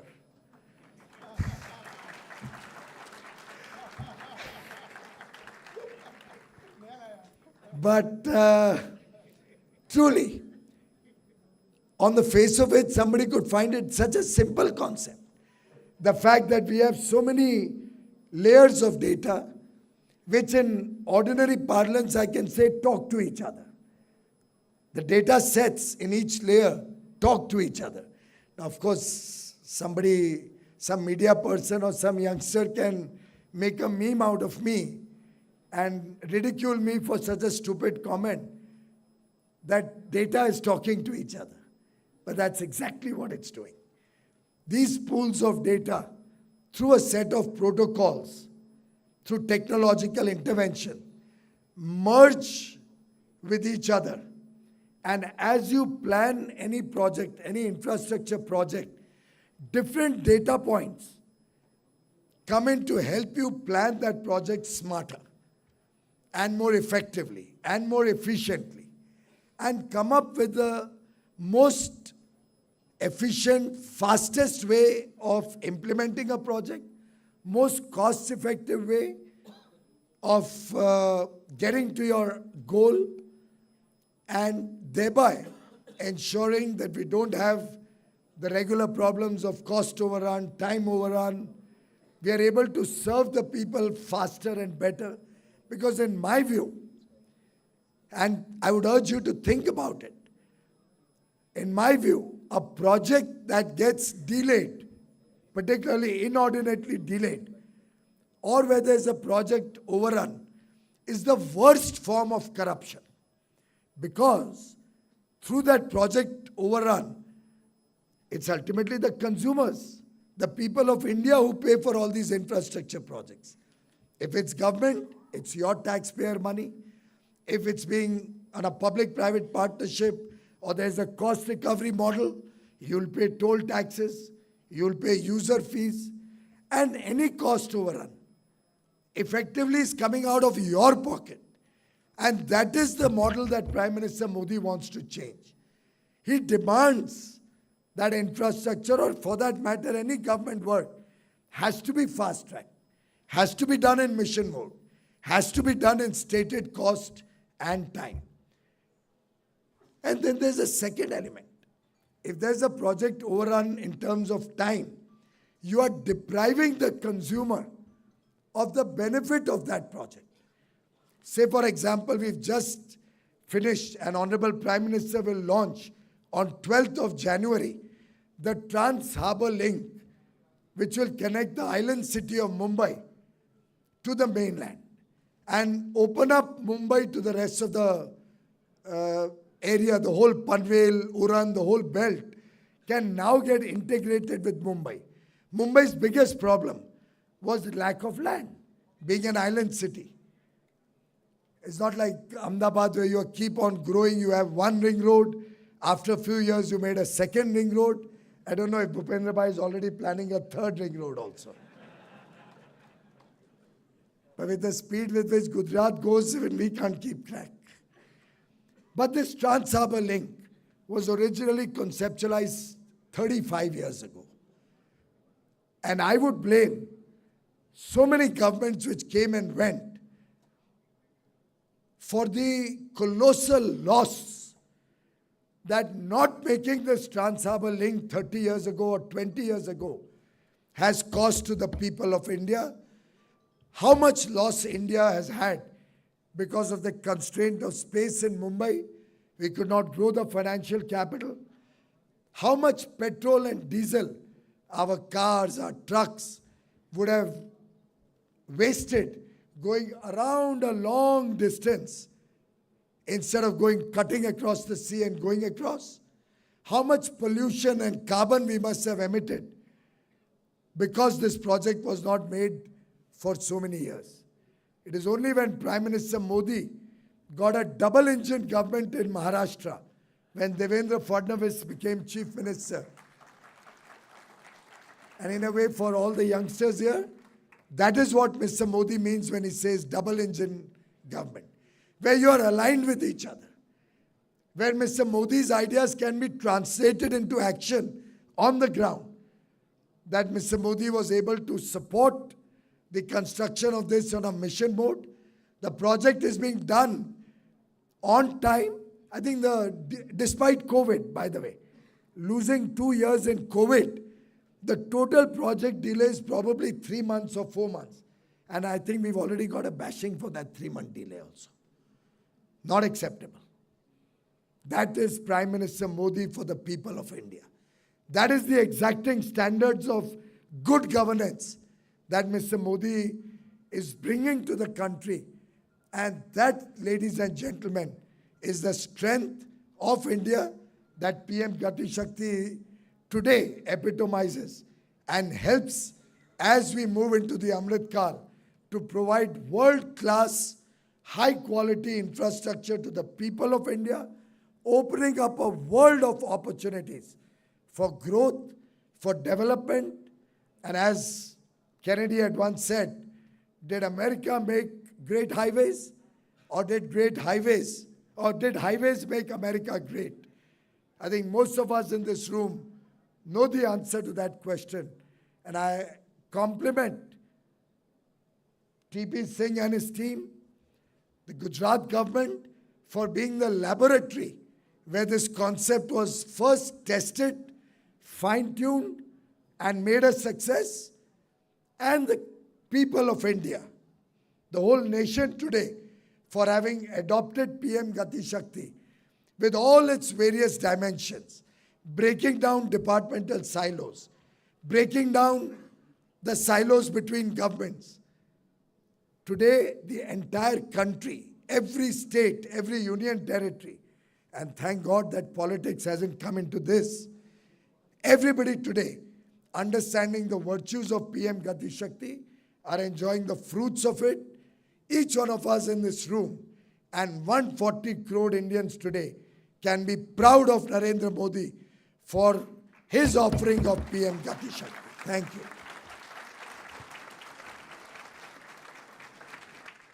Thank you so much, Honorable Minister Piyush Goyal ji, for gracing the Vibrant Gujarat 2024 and sharing insightful words. Your presence and commitment to commerce has elevated these events to new heights. We appreciate the dedication to fostering economic growth and strengthening India's trade ties. Thank you so much once again. Today, we are also graced by the presence of a leader who has been instrumental in shaping the destiny of Gujarat with his visionary leadership. Please help me in welcoming our Chief Minister of Gujarat, Shri Bhupendra Bhai Patel, as he addresses us at Vibrant Gujarat 2024 today.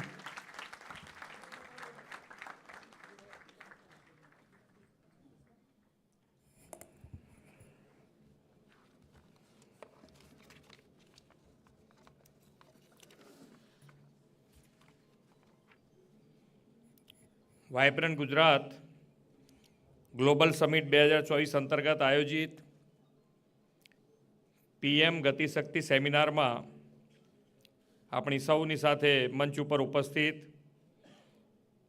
કેન્દ્રીય વાણિજ્ય મંત્રી શ્રી પિયુષ ગોયલજી, મારા સાથી મંત્રી શ્રી હર્ષભાઈ સંઘવી, કેન્દ્રીય સચિવ શ્રી પંકજ જૈન, અધિક મુખ્ય સચિવ શ્રી એમ કે દાસ, DPIIT સચિવ શ્રીમતી સુમિતા દ્વારા, ADBI સાઉથ એશિયાના director Shri Tokio Konishi, GIDB CEO Shri Banchhanidhi Pani, ઉદ્યોગ જગતના સૌ આમંત્રિત મહાનુભાવો, ઉપસ્થિત અધિકારીગણ, પ્રેસ મીડિયાના મિત્રો, સૌને મારા નમસ્કાર. આજે PM ગતિશક્તિ અને PM ગતિશક્તિ અત્યારે એટલા માટે અત્યારે વાત કરી રહ્યો છું કે અત્યારે આના પહેલાં જ ઉપરના હોલમાં વિકસિત ગુજરાત અને વિકસિત ગુજરાત માટે અમૃતકાલના 25 વર્ષનો રોડમેપ અત્યારે લોન્ચ કર્યો છે. એટલે કે હવે ગુજરાત વિકસિત ગુજરાત બનવા માટે કેવી રીતે આગળ વધશે એ આજથી તૈયાર થઈ ગયું છે. અને એના માટે આ જે PM ગતિશક્તિ જેવા ઘણા જ ઇન્સ્ટ્રુમેન્ટ આપણને કામમાં આવે એવા એ આપણને ખૂબ ઉપયોગી થઈ પડે એવા છે.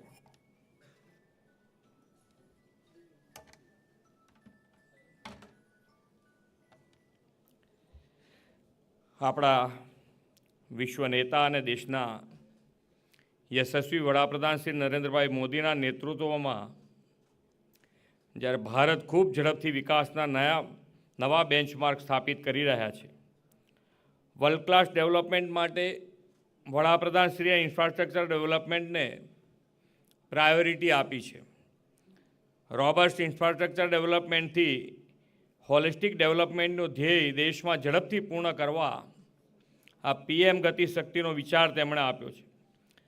વાયબ્રન્ટ ગુજરાત ગ્લોબલ સમિટની 10મી એડિશનમાં આજનો આ PM Gatishakti informed decision making for holistic development seminar ખૂબ જ મહત્ત્વનો છે એમ હું સ્પષ્ટપણે માનું છું. આ સેમિનારથી રાજ્ય અને દેશના ભવિષ્યના ઇન્ફ્રાસ્ટ્રક્ચરની જે દિશા, સ્પીડ અને સ્કેલ નિર્ધારિત થશે તે ભારતની અર્થવ્યવસ્થાને વધુ વેગ આપશે. આદરણીય વડાપ્રધાનશ્રીના નેતૃત્વમાં ભારત જે ઝડપથી વિશ્વની 5મી મોટી અર્થવ્યવસ્થા બન્યું છે તે વિશ્વના અનેક દેશો માટે ઉદાહરણરૂપ છે. માત્ર અર્થવ્યવસ્થા જ નહીં, ભારતે આજે વડાપ્રધાનશ્રીની વિઝનરી લીડરશિપમાં એગ્રીકલ્ચર સેક્ટર, સોશિયલ સેક્ટર અને સર્વિસ સેક્ટરમાં પણ ડેવલપમેન્ટમાં નવા સીમાચિહ્નો અંકિત કર્યા છે. વડાપ્રધાનશ્રીના નેતૃત્વમાં દેશમાં રેકોર્ડ ગતિથી સડક નિર્માણ થઈ રહ્યું છે અને છેવાડાના ગામો પણ સડકના નેટવર્કથી જોડાઈ રહ્યા છે. દેશમાં સૌથી ઊંચા પુલ, સૌથી લાંબા રેલવે અને રોડ બ્રિજ, લાંબી ટનલો, એન્જિનિયરિંગ માર્વેલ ગણાય તેવા સિગ્નેચર કેબલ બ્રિજનું નિર્માણ થઈ રહ્યું છે. આજે દેશના શહેરો વંદે ભારત જેવી હાઈસ્પીડ રેલ સાથે વ્યાપકપણે જોડાઈ રહ્યા છે અને દેશના મોટા શહેરોમાં મેટ્રો રેલનું નેટવર્ક ખૂબ જ ઝડપથી વધી રહ્યું છે. બદલાતા ઇન્ફ્રાસ્ટ્રક્ચર સાથે લોકોના જીવનમાં સુવિધાઓ વધી છે, ઇઝ ઓફ લિવિંગ વધ્યું છે. દેશમાં અમૃતકાળમાં લોકોને વધુ સુદૃઢ ઇન્ફ્રાસ્ટ્રક્ચર પૂરું પાડવાનો વડાપ્રધાનશ્રીનો નિર્ધાર છે. અમૃતકાળને વિકાસનો સુવર્ણકાળ બનાવવા માટે માળખાકીય સુવિધાઓ સાથે જોડાયેલી સરકારી નીતિઓમાં આયોજનથી માંડીને અમલ સુધીના રોડમેપનો પ્લાન ગતિશક્તિ પૂરો પાડે તેવું વડાપ્રધાનશ્રીનું વિઝન છે. ભારતના લોકો, ઉદ્યોગ, વેપાર ધંધા, ઉત્પાદક, ખેતી અને ખેડૂત ગ્રામીણ વ્યવસ્થા બધાને કેન્દ્રમાં રાખીને આ PM ગતિશક્તિની શરૂઆત થઈ છે. આવી સુવિધાઓની યોજનામાં સંકલનના અભાવે સરકારી નાણાંનો પણ વ્યય ન થાય અને પ્રોજેક્ટમાં સમયનો વિલંબ ન થાય તે PM ગતિશક્તિ સુનિશ્ચિત કરે છે. એટલે આપણે કહી શકીએ કે ઇન્ફ્રાસ્ટ્રક્ચરના આયોજનથી માંડીને અમલીકરણ સુધીને એક સમગ્રલક્ષી વિઝન આ PM ગતિશક્તિ દ્વારા આપણને મળી રહ્યું છે. આદરણીય વડાપ્રધાનશ્રીના નેતૃત્વ અને માર્ગદર્શનમાં ગુજરાતમાં ઉત્તમ માળખાકીય સુવિધાઓ ઊભી થઈ છે. નેક્સ્ટ જનરેશન ઇન્ફ્રાસ્ટ્રક્ચર તરફ ગુજરાત તેજ ગતિએ આગળ વધ્યું છે. ગુજરાતમાં વિકાસનો એવો પાયો આદરણીય શ્રી નરેન્દ્રભાઈ નાખ્યો છે કે ગુજરાત વિકાસના દરેક ક્ષેત્રે અગ્રેસર રહી દેશના વિકાસનું રોડ મોડેલ બન્યું છે. ગુજરાત દેશનું પહેલું રાજ્ય છે જેણે વડાપ્રધાનશ્રીના વિઝન અનુરૂપ અનુરૂપ પોતાની ગતિશક્તિ પોર્ટલ લોન્ચ કર્યું છે. રાજ્યના ઇન્ફ્રાસ્ટ્રક્ચર પ્રોજેક્ટમાં ઝડપી ડિસિઝન મેકિંગ, લેન્ડ એક્વિઝિશન અને સમય મર્યાદામાં પ્રોજેક્ટ પૂરો કરવામાં આ પોર્ટલ ખૂબ જ મદદરૂપ બને છે. ગુજરાતે દેશના અગ્રેસર અને પ્રથમ રહેવાની પરંપરા ઊભી કરી છે અને દેશનું એવું પહેલું રાજ્ય બન્યું છે જેણે પ્રધાનમંત્રી વિકસિત ભારતના વિઝનને અનુરૂપ પોતાના વિઝન ડોક્યુમેન્ટ 2047 લોન્ચ કર્યો છે. આદરણીય વડાપ્રધાનશ્રીના નેતૃત્વમાં ગુજરાતે વિશ્વ કક્ષાનું આધુનિક ઇન્ફ્રાસ્ટ્રક્ચર ડેવલપ કર્યું છે. ગુજરાત દેશનું એકમાત્ર રાજ્ય છે જ્યાં 2600 કિલોમીટરની ગેસ ગ્રીડ અને 75,000 કિલોમીટરના વોટર ગ્રીડ છે. પેન્ટાગોન કરતાં પણ વધુ ઊંચા વિશ્વના સૌથી મોટા ઓફિસ કોમ્પ્લેક્સ એવા ડાયમંડ બુશનું સુરતમાં તાજેતરમાં જ વડાપ્રધાનશ્રીએ લોકાર્પણ કર્યું છે. આ બિલ્ડિંગ પણ એક વખત બધાએ જોવા જેવું તો છે 100%. ખૂબ સારું બિલ્ડિંગ છે. એક જ બિલ્ડિંગ આટલું મોટું અને એની આખી સિસ્ટમ બનાવી છે, ખૂબ સારી છે. એક વખત જોવું જોઈએ બધાએ. વડાપ્રધાન શ્રી નરેન્દ્રભાઈ મોદીના વિઝન અનુરૂપ તૈયાર થયેલા પીએમ ગતિશક્તિ માસ્ટર પ્લાન આવનાર દિવસોમાં રાજ્યના ઇન્ફ્રાસ્ટ્રક્ચરને વધુ વેગ આપશે અને ગુજરાતના વિકાસને બમણી ગતિ આપશે. વડાપ્રધાનશ્રીએ દેશના અમૃતકાળને દેશના વિકાસનો સુવર્ણકાળ બનાવવાનું આહ્વાન કર્યું છે. આ સેમિનારમાં થનારા વિચારોનું આદાન પ્રદાન ગુજરાતના ગતિશક્તિ માસ્ટર પ્લાનને વધુ ઉત્તમ બનાવવા માટેની દિશા આપશે અને વિકસિત ભારત એટ 2047 માટે વિકસિત ગુજરાતનું નિર્માણ થશે એવા વિશ્વાસ સાથે વિરમું છું. ભારત માતા કી જય. વંદે માતરમ. જય જય ગરવી Gujarat.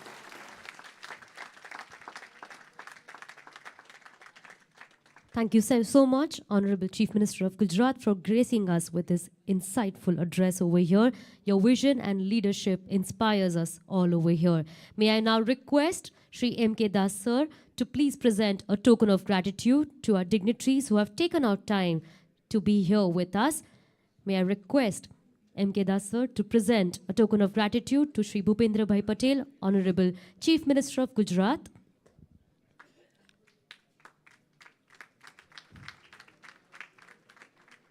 I request sir to present a token of gratitude to Shri Piyush Goyal ji, Honorable Minister of Commerce and Industry.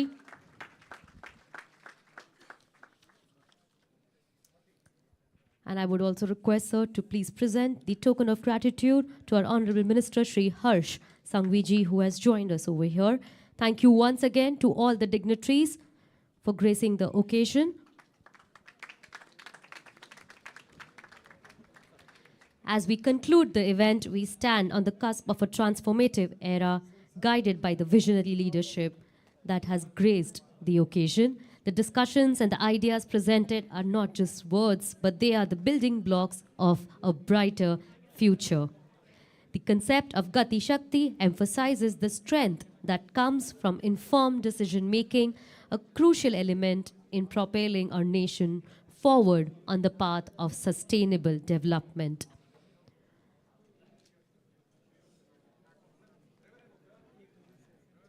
In few minutes, we shall march ahead to our next panel discussion, which is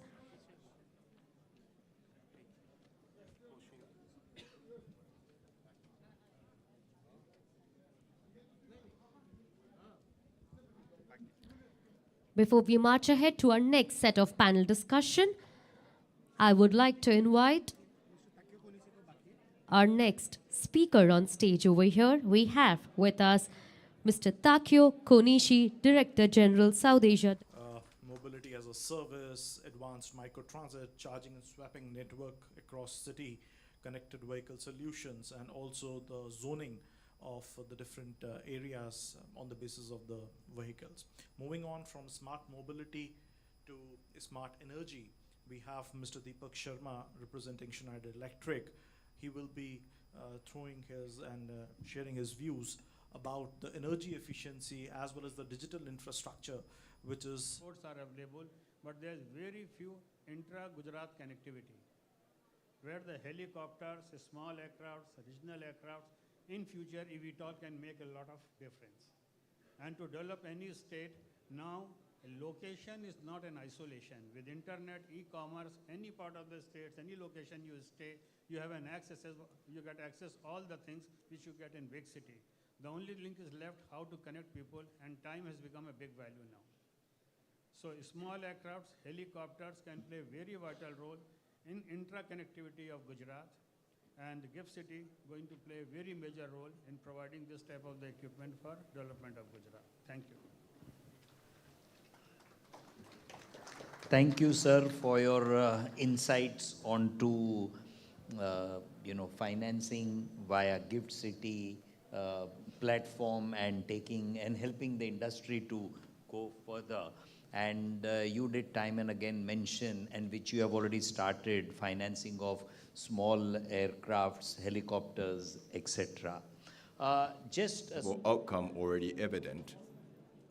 We believe that the PM Gati Shakti will go a long way in improving logistics efficiency through the multimodal connectivity and infrastructure development, and ultimately helping business become more competitive, both domestically and globally. I also commend the government of Gujarat for its unwavering commitment to fostering investment, trade, and collaborating partnership. I'm confident that the summit will be instrumental in propelling the inclusive, sustainable, and prosperous future for both Gujarat and India. At the onset, allow me to highlight that ADB has been fully committed to assisting the India in its economic transformation, particularly in the development formal manufacturing to generate quality and high-value added jobs. This is articulated in our country partnership strategy between Government of India, which covers 2023 to 2027, which was endorsed last year, spells out the strategy in accelerating structural transformation through the convergence of logistic industry, urban skilling, and maximizing with MSME integration. For the past decade now, ADB has been actively partnering with both central and state government, following the strategic basis on the 360-degree and building block approach that encompasses the establishment, enhancement of economic corridor, industrial parks, and creation of growth center and systematic development of the logistics sectors.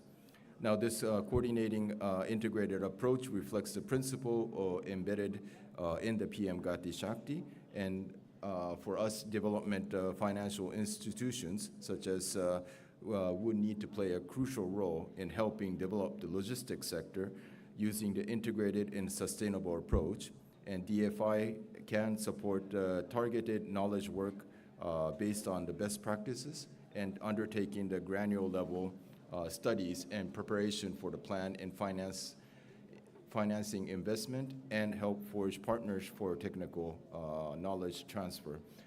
We've been working closely with DPIIT Special Secretary, and she's been instrumental in carrying it out in terms of the master planning.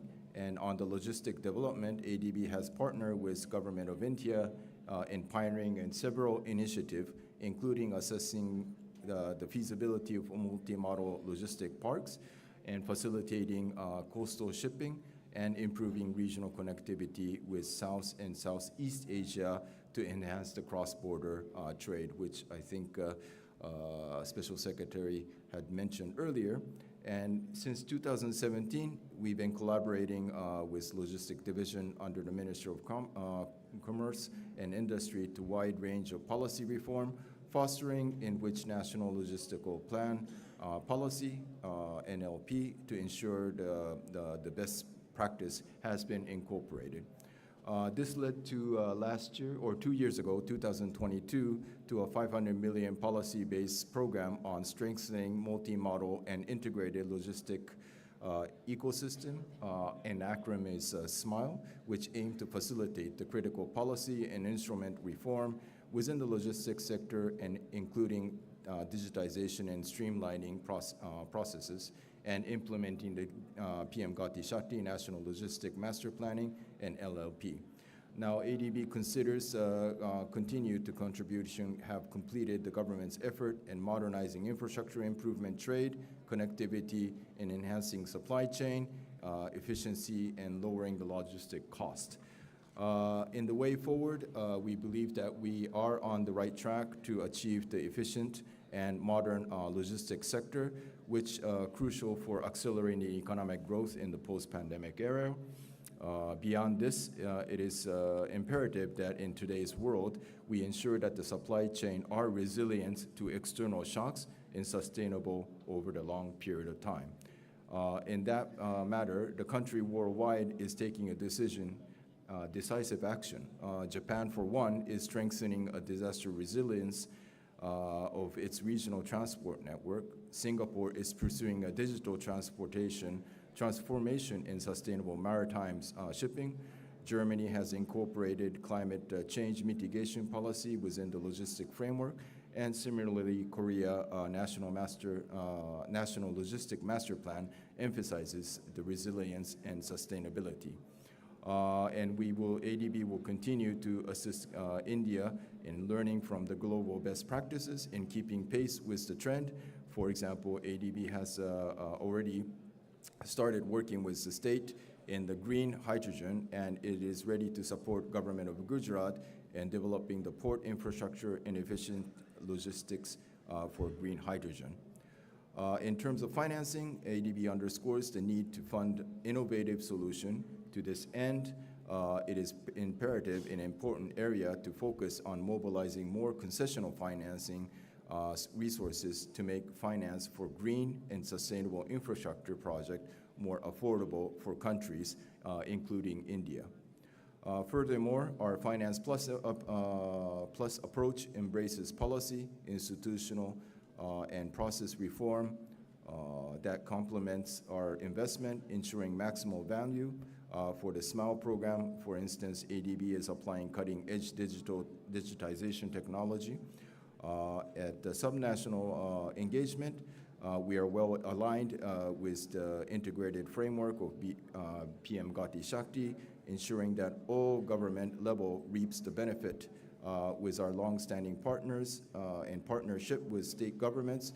ADB is well placed in a position to amplify the impact of these initiatives. And we're ready to engage in logistic planning for states and city aims at refining infrastructure planning and cooperation, both the regional and at the local level. And we're keen in supporting the government of Gujarat in the operationalization, its state logistic policy and city logistic plan and development of multi-modal logistic parks. And I'm sure this session throughout the next few days will be very critical in discussing and learning from the experts. And ADB stands ready to learn from this experience and will be guided also and take suggestions from this vibrant discussion and your valuable suggestions how ADB can support and contribute to the transformation of India's logistics sector. So I hope everybody will have a fruitful engagement for the next few days. Thank you. Thank you so much for sharing your thoughts and insights.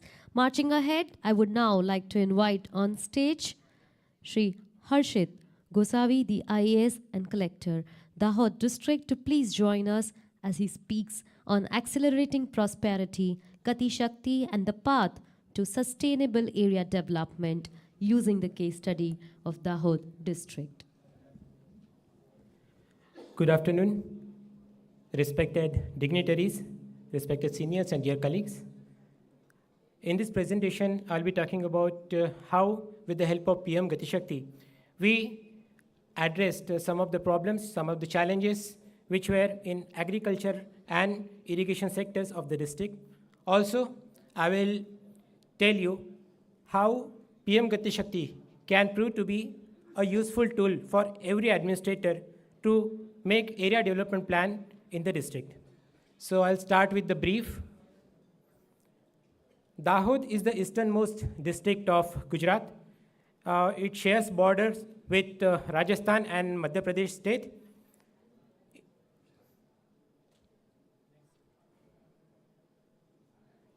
about 80% of the population is tribal, and it is one of the largest tribal districts of Gujarat. The most of the tribal population constitutes Bhil tribe, which is an agrarian tribe. So the economy is based on agriculture.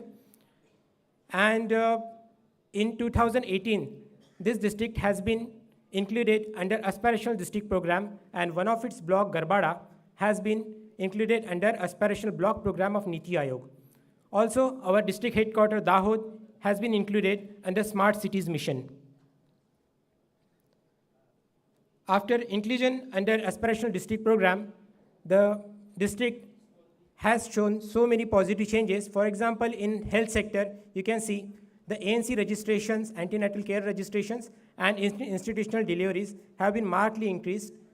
Also, the sex ratio, which was 995 in 2018, it went up to 1020 in 2023.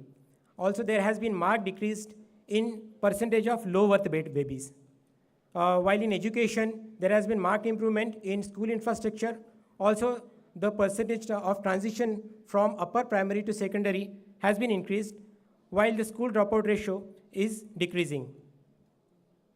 As I mentioned earlier, agriculture is the main source of livelihood in our district, and the major crops we take in Kharif or monsoon season are paddy, maize, and soybean, while in Rabi or winter crop we take wheat, maize, and gram. Our total cultivable area is 233,000 hectares, and of it, 48% is irrigated land. Because of rocky, hilly terrain, it becomes very difficult for us sometimes to take the irrigation facilities to remotest part of the district. And because of that, in Rabi, we can see that the cultivable area goes down to almost 40% of that in Kharif area, which is in monsoon area. So we actually identified two main issues. That because of limited water availability, we are not able to take the winter crop, and also how we can connect the unirrigated land with water resources. And this gives us our problem statement, which how we can strategically enhance the double cropped area in Dahod district to uplift agriculture productivity and boost farmers' earning. To solve this problem, we actually needed some data, like how much land we have, which is unirrigated, where it is located, how many water resources we have which we can utilize for irrigation schemes. So we found our answers in PM Gati Shakti, which I already mentioned is very powerful tool for any administrator, where you can have data from up to the village level from all the sectors. This readily available data actually makes it easy for us to make quick decisions, and it also reduces man hours and cost. This small screen, this is the web page of PM Gati Shakti, where you can see the map of Dahod district, and where you will find all the layers. And if you want to say that you want to check how many rivers are there, how many canals are there, and how many check dams are there, you can just go to the layers section and select all the data. So to solve our problem, we actually utilized PM Gati Shakti's following layers, like village boundaries. We found the irrigated and unirrigated areas for both the seasons. Also, the existing water bodies and their water level throughout the year. And we also found what area is hilly, undulating, and what area is flat. Also, we measured how many farms are there which are near the water reservoirs, and the status of soil health throughout the district. With the help of this available data in irrigated areas, and we also planned the pilot projects in some of the villages of the district to meet our immediate water requirements. This is the map which is taken from PM Gati Shakti. As you can see, the unirrigated area is shown with light brown color. Next. This map shows the water bodies. We found that apart from existing irrigation schemes, we have almost 175 untapped water structures, which hold more than 5 hectares of water spread areas. And we also studied the seasonal changes in these reservoirs. We found that the water spread area in March will be an asset for us to take the second cropping. Next. Next, please. This small animation shows that how we have planned the water pipeline. This blue line is emerging out of reservoir and it's going to the yellow areas, which are unirrigated areas of Chausala and surrounding village near Dahod. So we have planned almost 4,200 meters of pipeline, and it will cover area of almost 2,200 hectares of 3 villages. Next. So with the help of PM Gati Shakti, we found 175 untapped water reservoirs with approximately 137 million cubic meter water. Our plan is ready for 61 reservoirs, which hold the water capacity of 34 million cubic water, which has potential to irrigate almost 10,000 hectares. And also we calculated that this irrigation scheme will help approximately 10 to 12,000 farmer families. To work further in this area, we have set some targets for the district, like we have to strengthen our existing infrastructure. Then we are planning to revive our traditional water harvesting system, like pond deepening and desilting works, etc. And also we are planning to develop more and more farmer producer organizations and provide them with the market linkages. We also are encouraging to grow more agro industries and some women's self-help groups which are involved in value-added products of value-added agri products, provide them more income opportunities.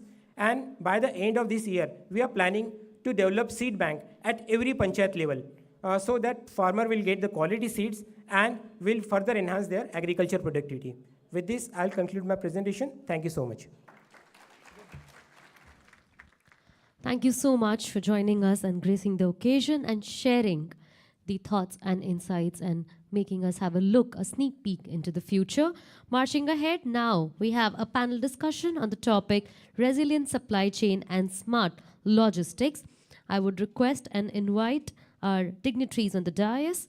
We welcome on stage Shri M.K. Das ji.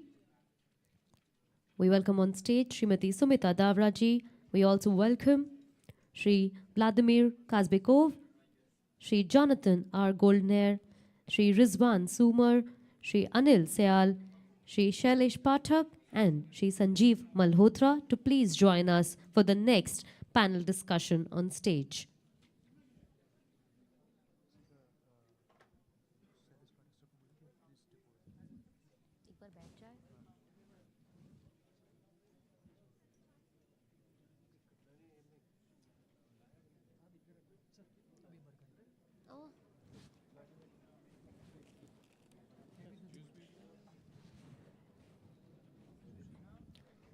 We are now marching ahead to our next segment, which is a panel discussion on resilient supply chain and smart logistics.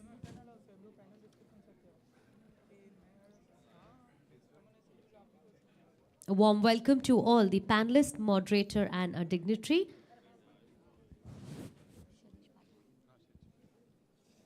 Thank you. It's 5:12, and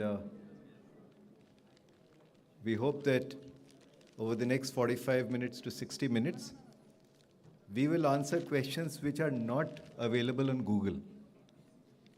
So I have a deal with the panel that I will not ask them anything for which you can Google the answer. Okay? Right. My name is Shailesh Pathak. I am Secretary General FICCI. And very briefly on FICCI, we recently had our 96th annual general meeting in Delhi in December, because of which Malekya nahi aa payi. And the theme of that 96th AGM was the world's growth engine. Because we believe that India in many ways is going to become the world's growth engine. Which is why we are so delighted that the theme of Vibrant Gujarat and the session here is the growth engine of Viksit Bharat at 2047. So thank you, Mr. T.P. Singh. Thank you, all of you, for making it happen. The way we've structured this plan is that panelists are free to come and speak from here, or they can use the hand mics. There are no speeches from any of the panelists. And we are not introducing them because all of them are very, very Googleable. You can find out more about them. But just briefly, we have someone who's based in Beijing. Sorry, that's Shanghai. The New Development Bank, where India is the second largest shareholder in Shanghai. We have someone who's based in Ahmedabad, Gandhinagar. Sumita ji, of course, is based in Delhi. We have John, who's based in Singapore. And we have another person from Delhi and a person from Bangalore. And we have one person here who's based on an aeroplane because he takes so many flights, Rizwan Sumar, also the chair of our FICCI committee. Okay, so the deal is the second half of our discussion is going to be that we are no longer in 2024, we are in 2030, 6 years down the line, yeah? And then each panelist will tell us what they achieved and what India achieved and their business achieved in the last 6 years. So we'll look back on the last 6 years from 2024 to 2030. So in no particular order, let me begin by asking Vladimir Kazbekov in the New Development Bank that, what is the role of financial institutions, particularly global financial institutions, in building resilient value chains? And in that context, the New Development Bank is a new generation multilateral development bank. What is the contribution of NDB? Over to you, Vladimir. You want to come here, please?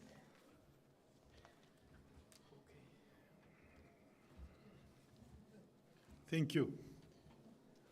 So it's thank you for invitation and to give me an opportunity to explain briefly the New Development Bank. Just last July we celebrated 8th anniversary of the institution, so we just started normally just 8 years ago, judging by the life of these infrastructure projects. It's a quite short period of time. But anyway, we feel this Gati Shakti initiative by Prime Minister Modi is very interesting for NDB, and from the very beginning, we started in India within this program. And basically, NDB established by emerging economies for themselves. That's why we have certain differences, not the same like other MDBs. We first need to listen to the government, national governments. What do they want? That's why it's natural, quite natural for us to provide substantial contribution to this very interesting and very promising program initiated by Prime Minister Modi. This is one specific feature of NDB. Another one that maybe it makes our life and our counterparties in India a little bit easier, that in line with the Articles of Agreement of NDB, we can rely upon the national system. We're not setting up our own system, we rely upon national system. That definitely helps us cooperate easily with the government and state bodies of India to prepare projects and assess projects, etc. This is the second feature, interesting for NDB. And the third one, as far as that institution was established by emerging economies with equal shares. So we used to be run by consensus. Sometimes it's difficult, but in the end, it's even interesting. We have no ruler. We define rules inside by ourselves. It's interesting, challenging. Now turn back to the NDB approach to our participation to Sati Chakti program. You know, in accordance with our strategy, we have 70% of our investment to the sustainable infrastructure. That's exactly the main substance of that program. And if you look at the numbers, for the moment, overall portfolio for India already approved by NDB. It's like 26 of overall NDB portfolio. Now we reached the level 34 billion USD. It's not bad number within 8 years. Indian portfolio 26%, 8.7 billion. And within that portfolio, nearly half infrastructure already approved and disbursed. Some of the project even completed. Let me provide you, so just tomorrow we are going to sign another agreement, rural roads for Gujarat, $500 million project. So with India, we have, let's say, most of the NDB money went to rural roads. We have these rural roads with Gujarat to be signed tomorrow. Bihar rural roads, nearly 1 billion. Andhra Pradesh roads, that's nearly 650 million project. Then we built bridges in Assam and Madhya Pradesh. Then we have very interesting project, maybe you know, and somebody already use it, Delhi-Meerut Road. That's very interesting railroad. Then we have Mumbai Metro, Chennai Metro, and Indore Metro project. So it's, we have quite vast infrastructure project. Yes, and you see, that's very important to see how this comprehensive approach, which put the foundation on that Gati Shakti initiative. We are looking forward to see new type of infrastructure project in India. Maybe someday we can participate in this cross-border corridors. Hopefully we now have new member like Bangladesh, and the moment Indian and Bangladesh government may come to the conclusion to build certain bilateral infrastructure, provided better connectivity, trade enabling infrastructure, I think we would be more than happy to put NDB experience and money into that type of project. Then we expected further development. We have a lot of project now coming of these corridors in between from east to west, north to south, and India in the middle. Not all the neighboring countries for India are now members of NDB, but we can think about. So that's for the future. And we also hope to see moving from the rural roads to highly sophisticated railroads, moving to the more sophisticated, maybe high-speed roads later. As for the coming, if you want me to answer your question on the 30th, first, I wish you to be healthy and wealthy by 2030. This is first, what I would like to see. And the second matter, I'm sure that by 2030, we can see well-coordinated, with the good support of artificial intelligence, network of different type of infrastructure and transportation, and based on good logistics. That's my hope. Thank you.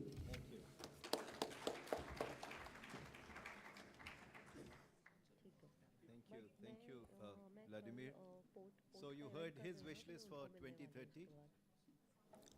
May all of you, you heard Vladimir's wish list for 2030. May all you be healthy and wealthy and wise and around. I just hope that all of us in this room are around in 2030 also. All right, so we have 4 other panelists. I'm not asking Mr. Das, Mr. M.K. Das, an old friend, or Sumita Davra ji right now, because now we'll give you the private sector perspective. Okay? So how many people in this room are from the private sector, please raise your hands. All right, okay, thank you. The dharma of the private sector is to double our turnover and profit and cash flow in the next 5 years. Otherwise, you might as well put the money in the bank in fixed deposit. Yes or no? Yes? So now, in 3 years, bahut saru. Absolutely. That's why we are in Gujarat. So now I'm going to ask Rizwan Sumer, who's the CEO and MD Middle East, North Africa, Indian subcontinent of DP World, and the chair of the FICCI Logistics Committee, to talk about how infrastructure is a facilitator of trade from his context, from the private sector context. And I'll also ask him how the Mumbai Trans-Harbour Link, because his family is in Mumbai, Bombay, how the MTHL, the Mumbai Trans-Harbour Link, is going to change logistics in that entire area around Mumbai. Over to you, Rizwan. Thank you, Sailesh. Thank you very much. I'll prefer answering from here. It'll just save the time up and down the podium. So just let me give you a little bit of a perspective on some of the trends that's happening in logistics, globally, not just here in India. And I think it's important because logistics now suddenly has become center point and center stage. We've heard of the semiconductor shortage. We've heard of cars not being rolled out of production lines in time, and it's touching and affecting all our lives in that sense, in some form or shape. Reaching goods from A to B is no longer taken for granted, right? People are actually building up stocks. Average inventory levels have actually increased from 8.9 weeks to about 10.1 weeks just in the last 1 or 2 years.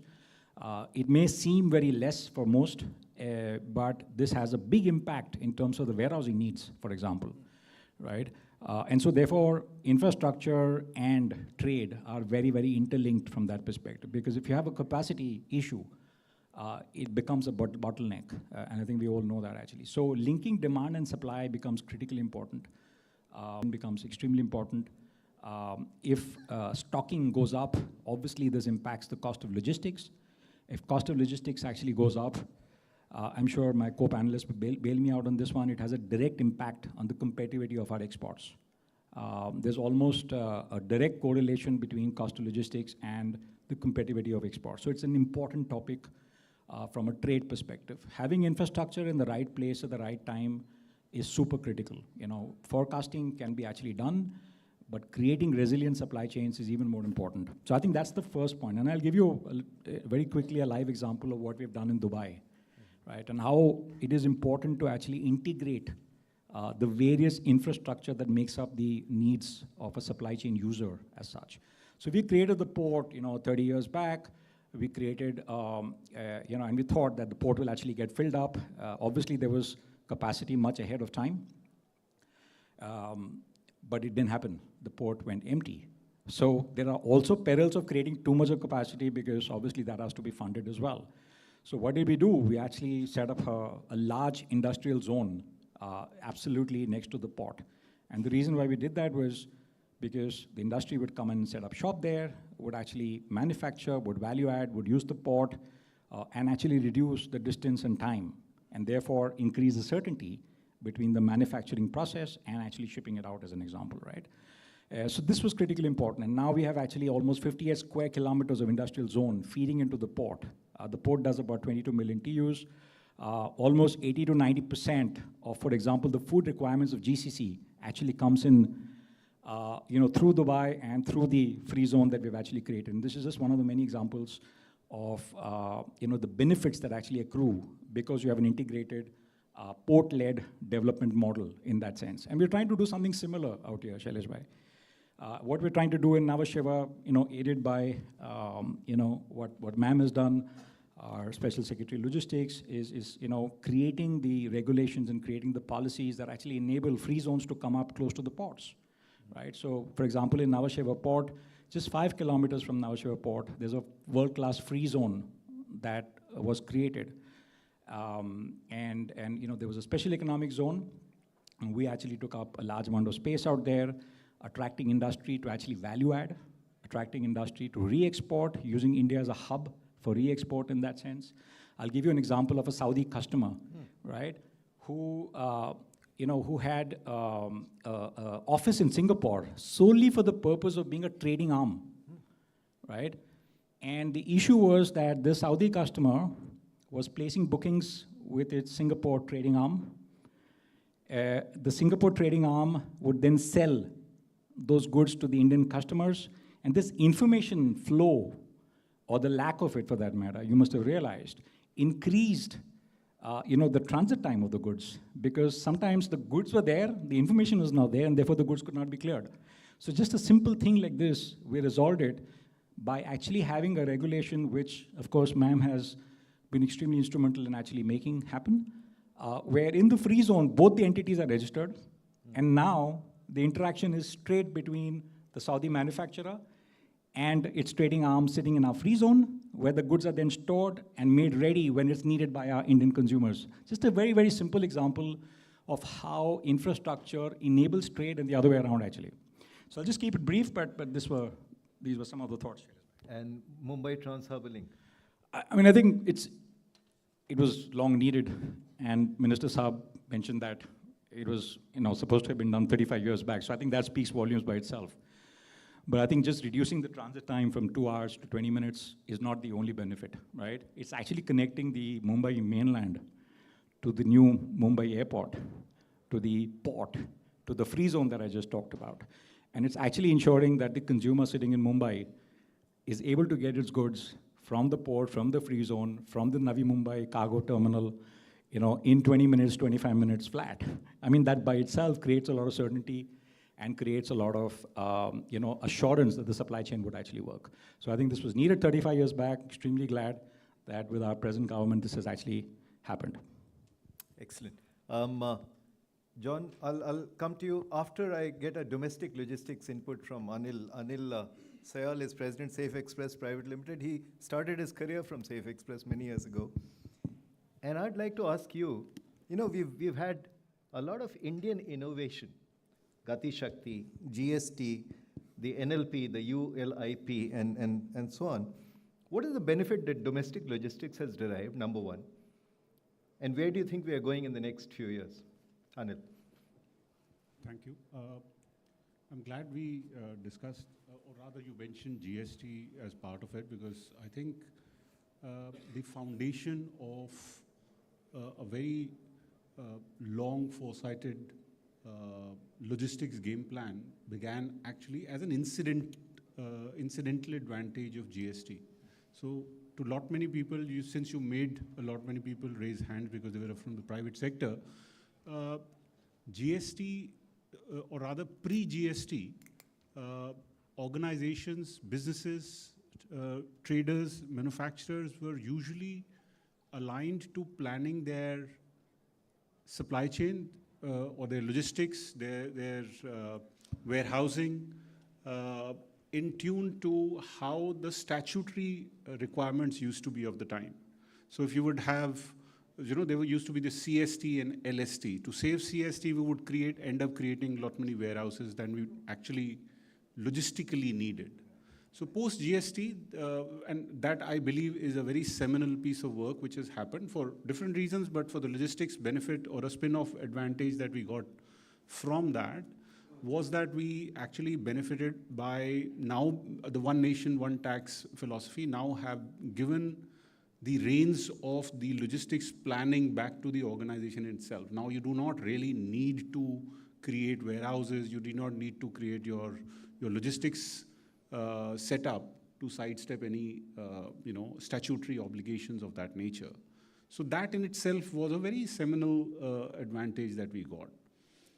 A little fast forward to, though we've not been able to reap enough advantages of that, while we very fond of saying that change is the only constant, but somehow we're not very comfortable doing it so often. And of course, with some slowness came through the COVID debacle. But otherwise, I think to plug it to the long-term answer, I believe the rollout of this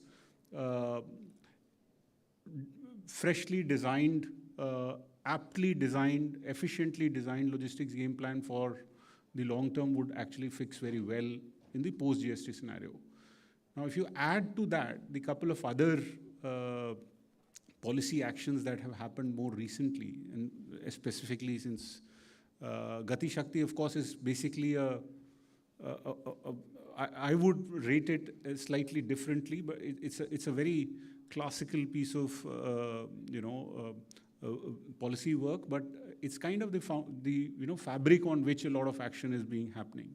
But if you look at the national logistics policy, which basically creates the roadmap for bringing in efficiency, reducing the logistics cost and such, and ULIP, which is basically the idea around transparency and such, so that the entire club of these policy actions, if you put that to the roadmap between now and 2030, what you would actually end up seeing is, what I would rather end up wanting to see is efficient logistics roadmap getting created on the fabric of some of these efficient, transparent logistics capabilities that have got created. The India stack, the tech stack, of course, so to speak, miles in that direction.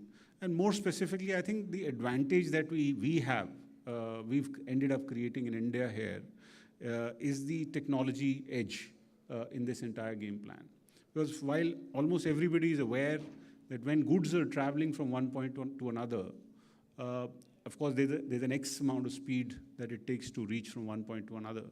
What does not necessarily become the only impediment is the movement of those goods, but also the movement of paperwork. The paperwork is what actually delays, or rather creates those delays, which effectively brings us or lags us down. So our tech stack has actually been used to the best advantage, especially in the ULIP capability, especially in the logistics data bank capability, and more importantly in the Gati Shakti, which basically is allowing the paperless movement of a whole lot of logistics action. And that is speeding up our logistics capability. So once you see the fast track action, this will change. And I'll just, to summarize that point of 2030, I'd wish to see, and I do wish and hope to see India in the top 25 in the World Bank logistics ranking, which we are hoping to make happen. Thank you, Anil. So before I come to Jonathan Goldner from APM Terminals, Chief Executive Asia and Middle East, let me tell you a little story. I was CEO of a company in the L&T group, and we used to develop infrastructure projects under PPP, and we used to carry them, operate them throughout their concession agreement. We had around 7,200 kilometers of highways in India, and we used to collect 7 crore rupees, that's $1 million, every single day as cash. Imagine counting 7 crore rupees every day, taking them to the bank. That was from the company perspective. All of you used to pass through toll plazas, which used to take 10 minutes, 15 minutes, half an hour, 1 hour to negotiate. Yes or no? Yes? When I joined the company, digital FASTag collections were less than 10%. When I left the company, it was 99%. And when I left the company, you guys now cruise through toll plazas. Yes or no? There is no more. That is what logistics is. Moving person or product from one place to the other in the quickest possible time and in the least possible cost. And I hope my wish list for 2030 I'll give in the end. So over to you, John, on specifically 2 areas. APM is a large company. What is the role that companies like APM Terminals play in developing resilient supply chains, number 1? And number 2, what's a thought on port-led industrial resilient supply chains? Yeah, it's working. Okay, no, thanks very much. So perhaps also just start with a brief story to answer the question. So I've had the privilege of working for the Maersk Group for for 26 years. And I think what gets me out of bed every morning to go to work is getting to go around to the different ports that we have the privilege and honor to operate and see the impact that it makes on people's lives. And to me, that's what it's all about. I think if I say what I hope we can do to the industry to help address a lot of the things that were talked about here. The industry is complex. I think the industry lacks standards across the board in many cases. We also heard some great examples today of how India is addressing that. And I think India is in a great position to do so faster than many countries and actually make a real leapfrog in some of these challenges. So we're trying to do our part to lift standards. And I'll talk about just a couple areas. So the first would really be about decarbonization, and Maersk and APM Terminals have taken an industry-leading view on wanting to do this first.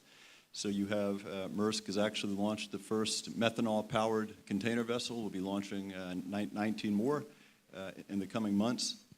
And APM Terminals, the terminal operator, has taken a stance that we, in the communities we have the privilege to operate, we want to help the governments achieve these goals quickly.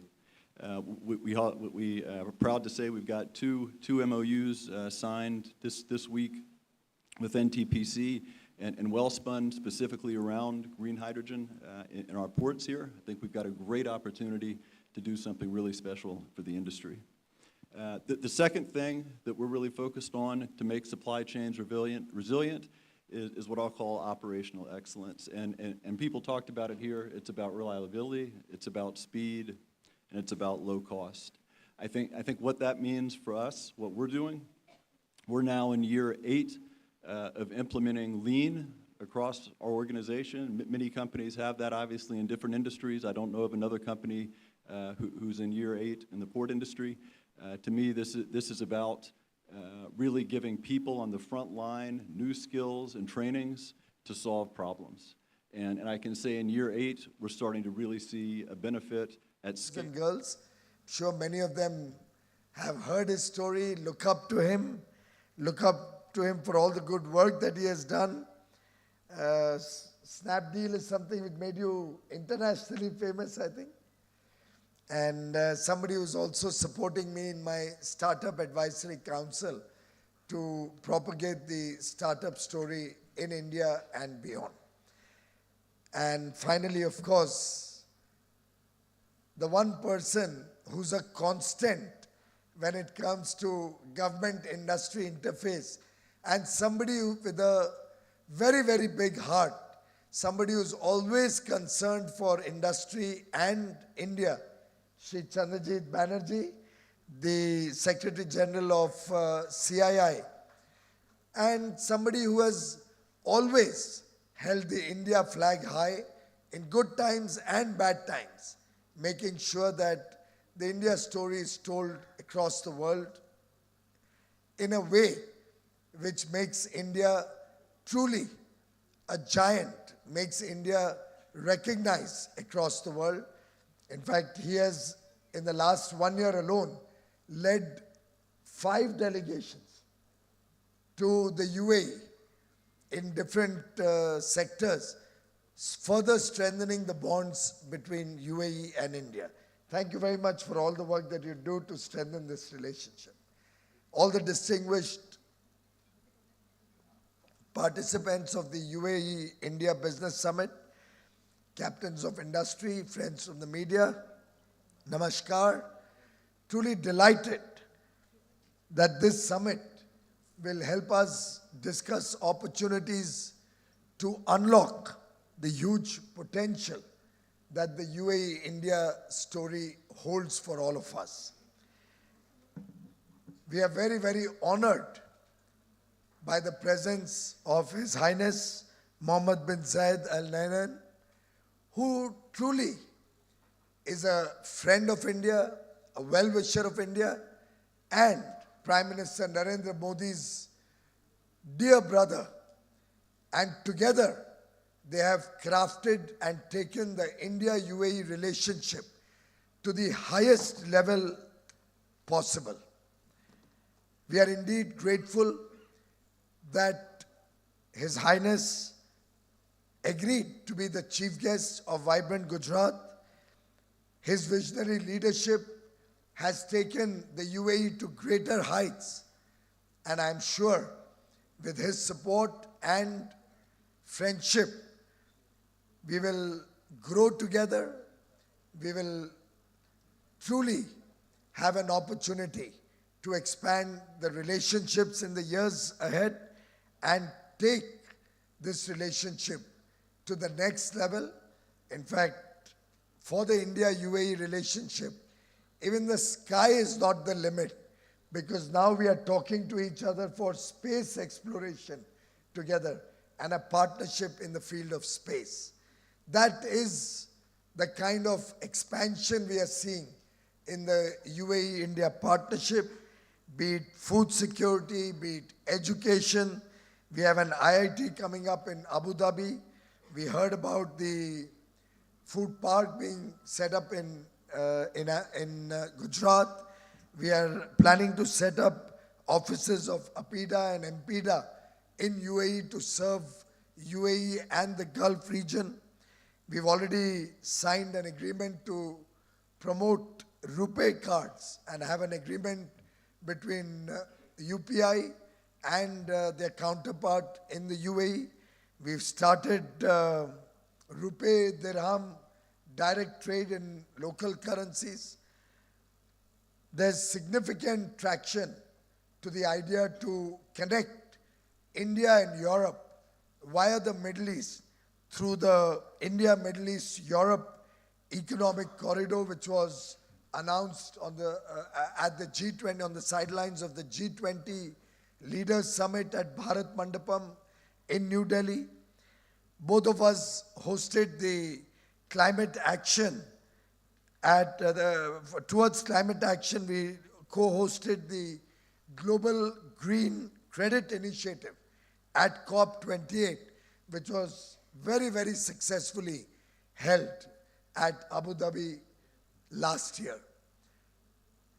What we are witnessing between the UAE and India is a multifaceted partnership growing beyond borders.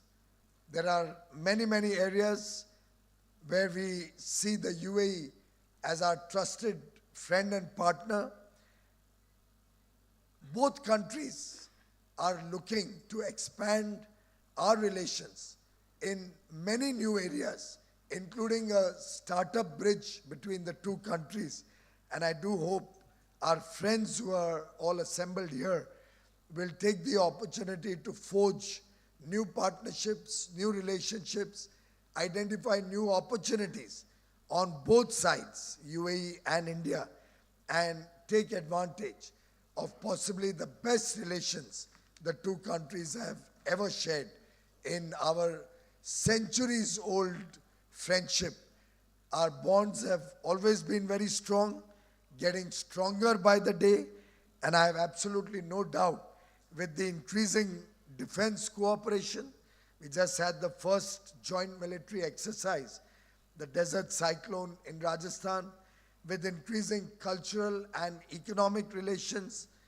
The Bharat Bazaar that His Excellency Sultan Bhai just spoke about, that DP World is proposing in Jebel Ali Free Trade Zone, and which will be discussed in greater detail in the panel after this session. The fact that we are going to soon have one of the most beautiful temples in the world, the BAPS Swaminarayan Temple coming up in Abu Dhabi, which the Honorable Prime Minister will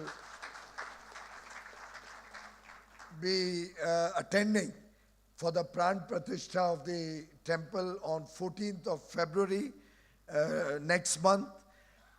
All of these are signaling a new, bright, glorious, golden future in this relationship.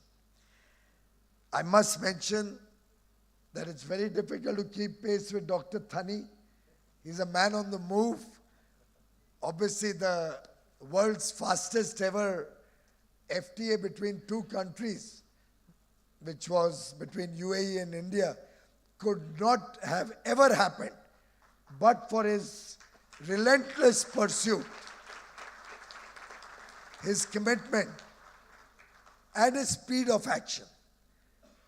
In my several years that I've known him now, I can't recall a single instance when I did not ask him for anything and he would have ever hesitated to say, consider it done. That's the kind of person Dr. Thani is. Honestly, every single thing that I've asked him, to the extent that once I had to backtrack on something which I had already promised him when we were negotiating the FTA. I hope it doesn't get you into trouble, Dr. Thani. But I actually, under the requests of the Indian industry, after having committed something to Dr. Thani, I had to backtrack. And I was so miserably embarrassed, I can't tell you. But after talking to him, he made me so comfortable.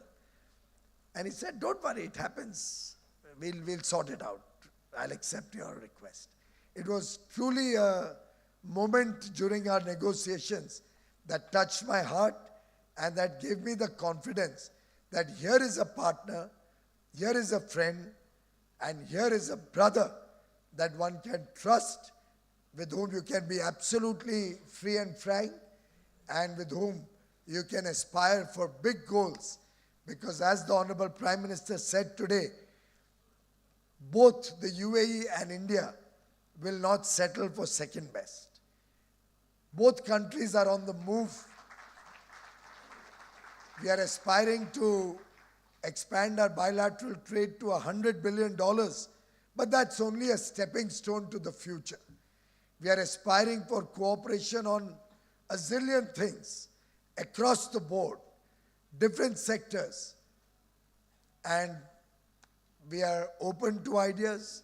We are looking for newer propositions from industry and business, and we want to see the India-UAE partnership as the defining partnership of the 21st century, from a shared history of spice trade and maritime links to being natural partners in the progress of both countries.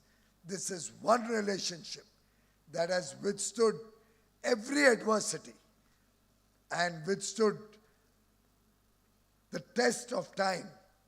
And I have no doubt in my mind, going forward, it will only get better and better. In fact, to my mind, while in the first year or so, we've increased our trade under the CEPA, I think this is only the beginning. We have miles to go, and I'm confident, as I see in the leadership of the UAE, that commitment to work with India for greater goals, bigger ambitions, we will not have any opportunity that we cannot really look for working with the UAE. We are both countries with political stability, business-friendly policies, transparency in governance, where the next-gen infrastructure is being created, and with a large skilled manpower pool, both countries can grow together, can prosper together. Of course, India adds one more dimension of being a large market, a market of 1.4 billion people, and therefore gives an opportunity to the UAE to look at bigger investments into the Indian economy, and which will support both countries, them to deploy the large amount of petrodollars, and for us, a lot of learnings from the wonderful infrastructure work that UAE has done, a lot of which I think many of you would have experienced and enjoyed during your travels to the UAE. I must also compliment Dr. Thani for his leadership of the WTO Ministerial that is going to be held next month. He's the chair of the Ministerial Conference 13 being held in Abu Dhabi in February. And the work that he has done so far is truly phenomenal in trying to bring convergence to very, very different viewpoints across the world. It's a very, very challenging task that he has taken upon his broad shoulders, and I have no doubt that he will be successful. I assure him India's full support in making the MC13 a grand success, and we will stand rock solid behind Dr. Thani and behind UAE in their leadership of the MC13 next month and beyond. Friends, Honorable Prime Minister today made a very prophetic and telling comment.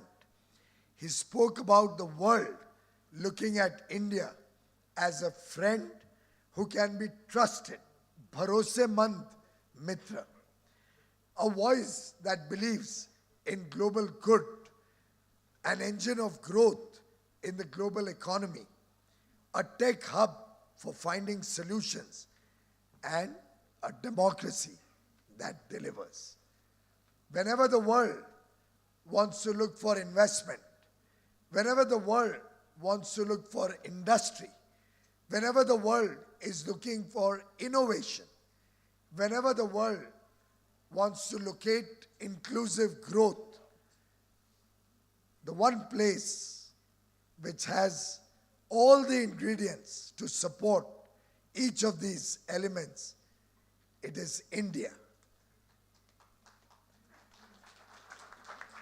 And I would like to assure my friends from the UAE that India, with its vast demographic dividend, young population of under 30 young boys and girls, in fact, the average age of India's population is 28.4 years. This under 30 population, average population, aspiring for a better quality of life, connected with the rest of the world. We have nearly 900 million people connected on the internet.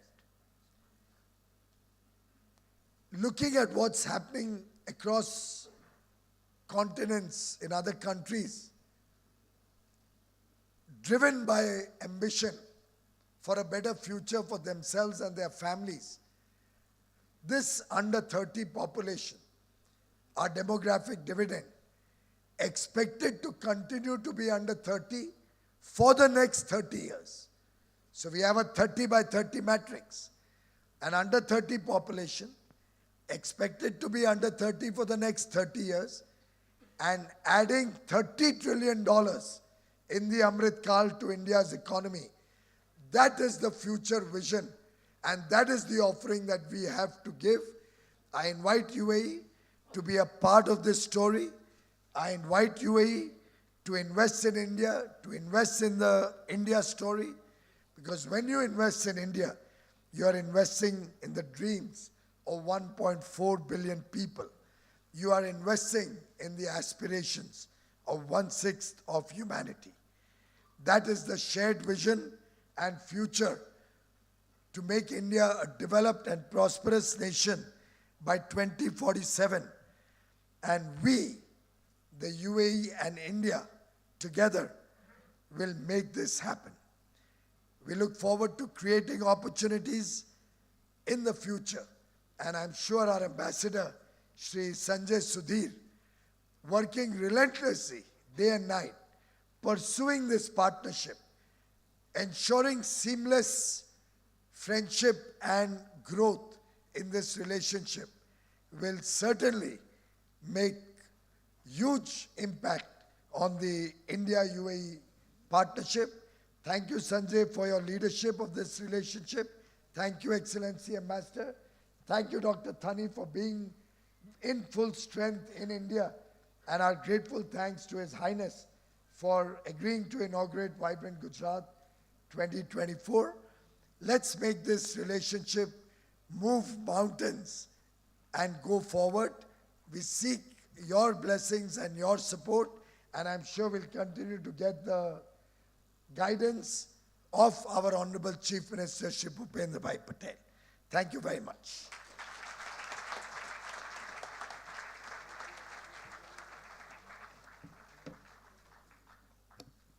I would like to express my gratitude to Shri Piyush Goyal ji for his kind address. We now move towards the much-awaited launch of the CII India UAE Startup Initiative, Unlocking Opportunities, India UAE Startup Ecosystem Convergence Report. I request the volunteers to distribute the reports to our dignitaries.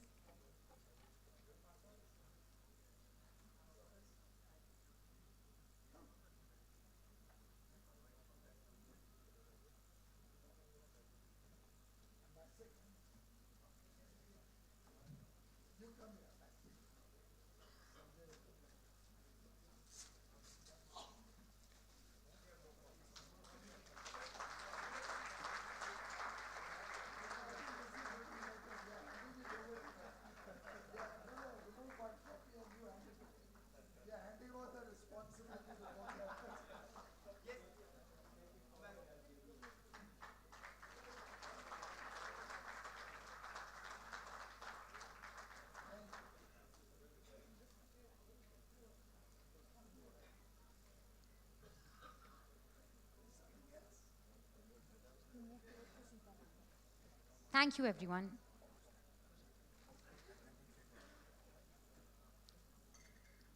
It is with great anticipation and enthusiasm that we approach the launch of the UAE-India SEPA Council.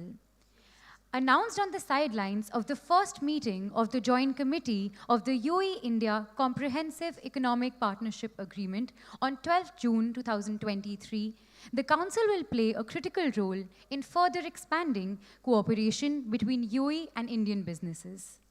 Today, we will witness the unveiling of the Council's website and branding. We will also be showcasing an audio-visual presentation looking at the SEPA's progress so far.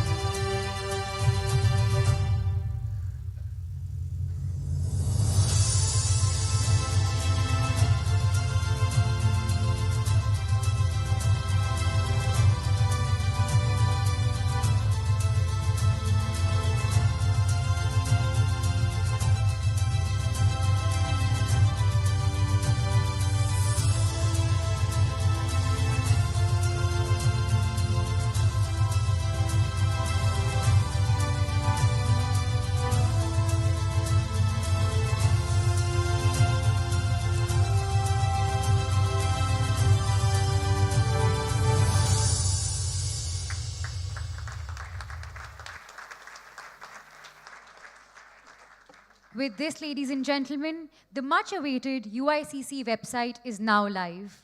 We welcome you to register your interest on our website. I now request you all to join me in extending a warm welcome to His Excellency Dr. Abdul Nasir Al Shali, UAE Ambassador to India, and His Excellency Sanjay Sudhir, Ambassador of India to the UAE, on the dais for a group photograph.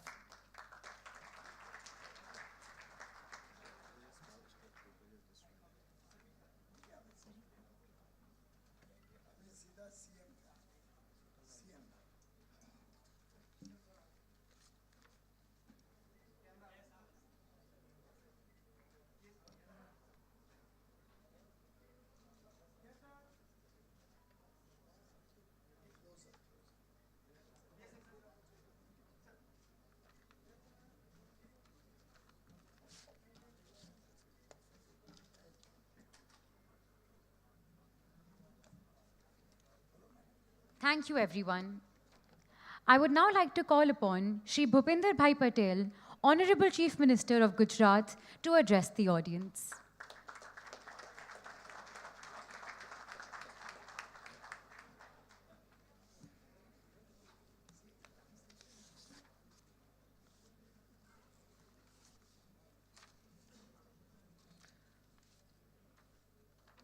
Vibrant Gujarat global summit 10મી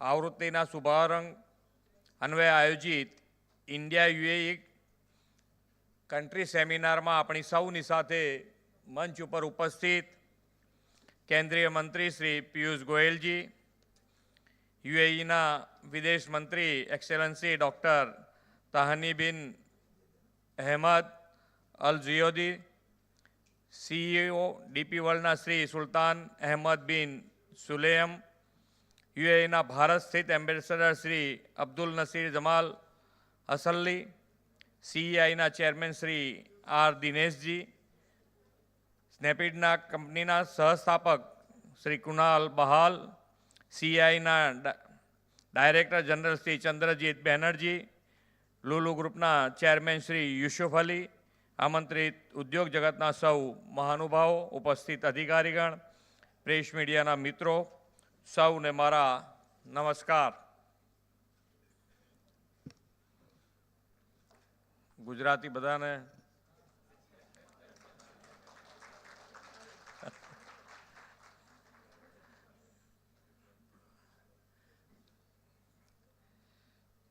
વિશ્વના સૌથી લોકપ્રિય નેતા અને ભારતના યશસ્વી વડાપ્રધાન શ્રી નરેન્દ્રભાઈ મોદીએ ગુજરાતને ભારતનું ગ્રોથ એન્જિન અને વિકાસનું રોલ મોડેલ સ્ટેટ બનાવ્યું.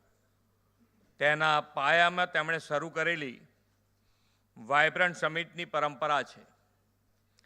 વાઇબ્રન્ટ સમિટે ગુજરાતના ઇન્ડસ્ટ્રી, ટ્રેડ અને ટુરિઝમ જેવા વિવિધ સેક્ટર્સમાં ગ્રોથ એન્શ્યોર કર્યો અને સાથે સાથે રાજ્યને નોલેજ શેરિંગ અને નેટવર્કિંગનું ગ્લોબલ પ્લેટફોર્મ પણ બનાવ્યું છે.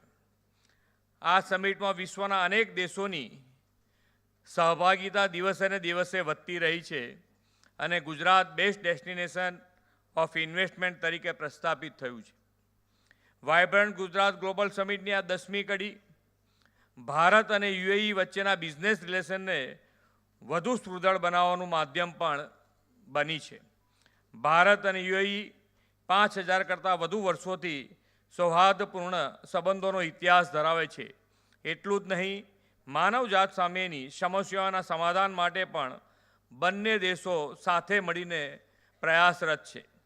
આ સંબંધોને વધુ સુદૃઢ બનાવતા ભારત અને યુએઈ વચ્ચે સસ્ટેનેબલ પોર્ટ્સ, 5-સ્ટાર hotels and shopping malls, shipping, aviation, food parks જેવા સેક્ટર્સમાં પરસ્પર સ્ટ્રેટેજિક સહયોગના MOU કરવામાં આવ્યા છે. ભારત અને યુએઈ વચ્ચેનો વેપાર 2022માં $85 બિલિયન સુધીનો વિસ્તર્યો અને બંને એકબીજાના લીડિંગ ટ્રેડિંગ પાર્ટનર બન્યા છે.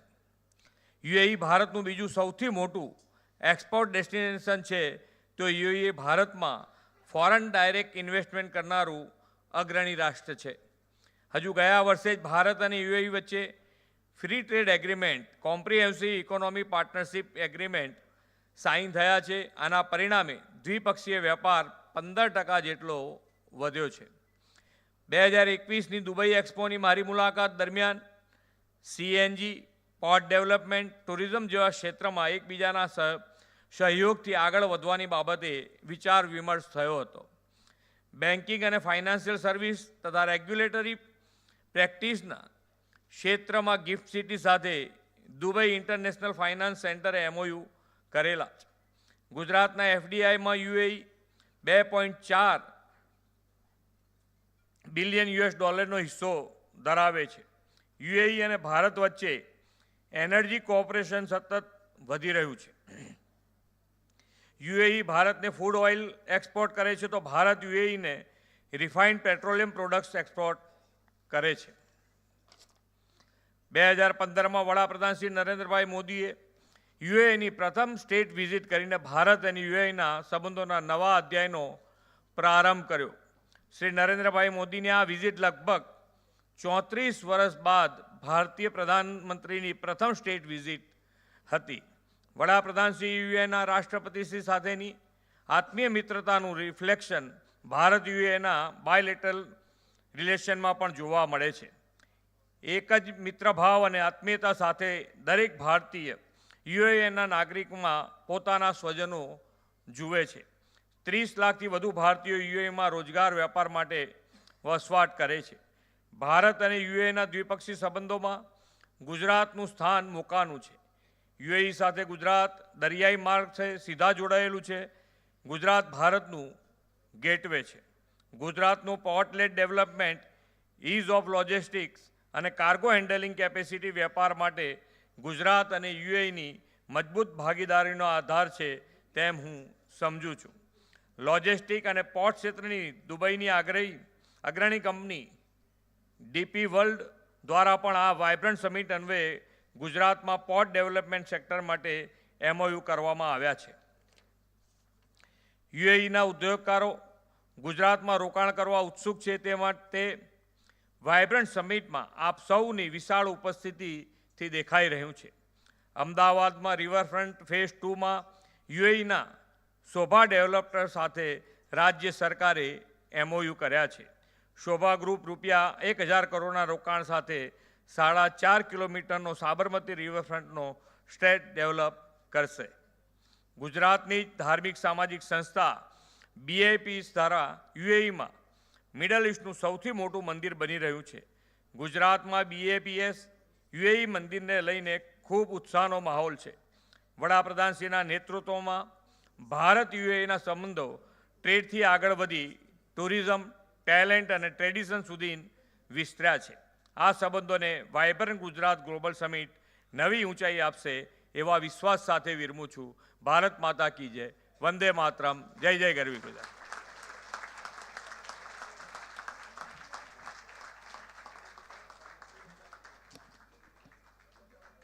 I would like to extend my sincere thanks to Shri Bhupinder Bhai Patel for his address. I now request Mr. Chandrajit Banerjee to grace us with his closing remarks.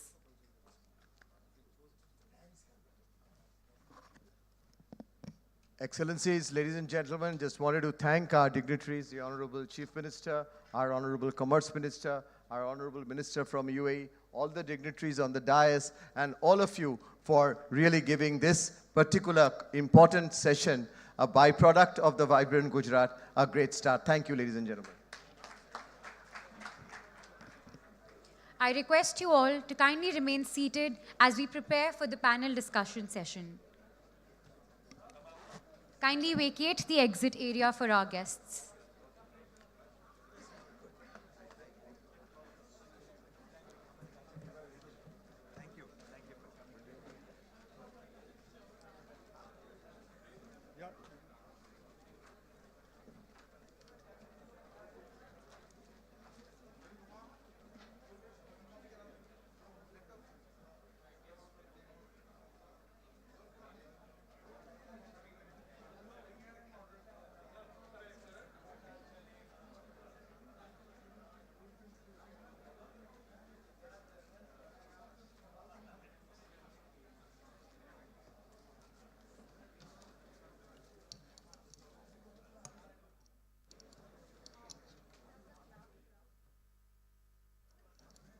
I request you all to please remain seated and vacate the exit area.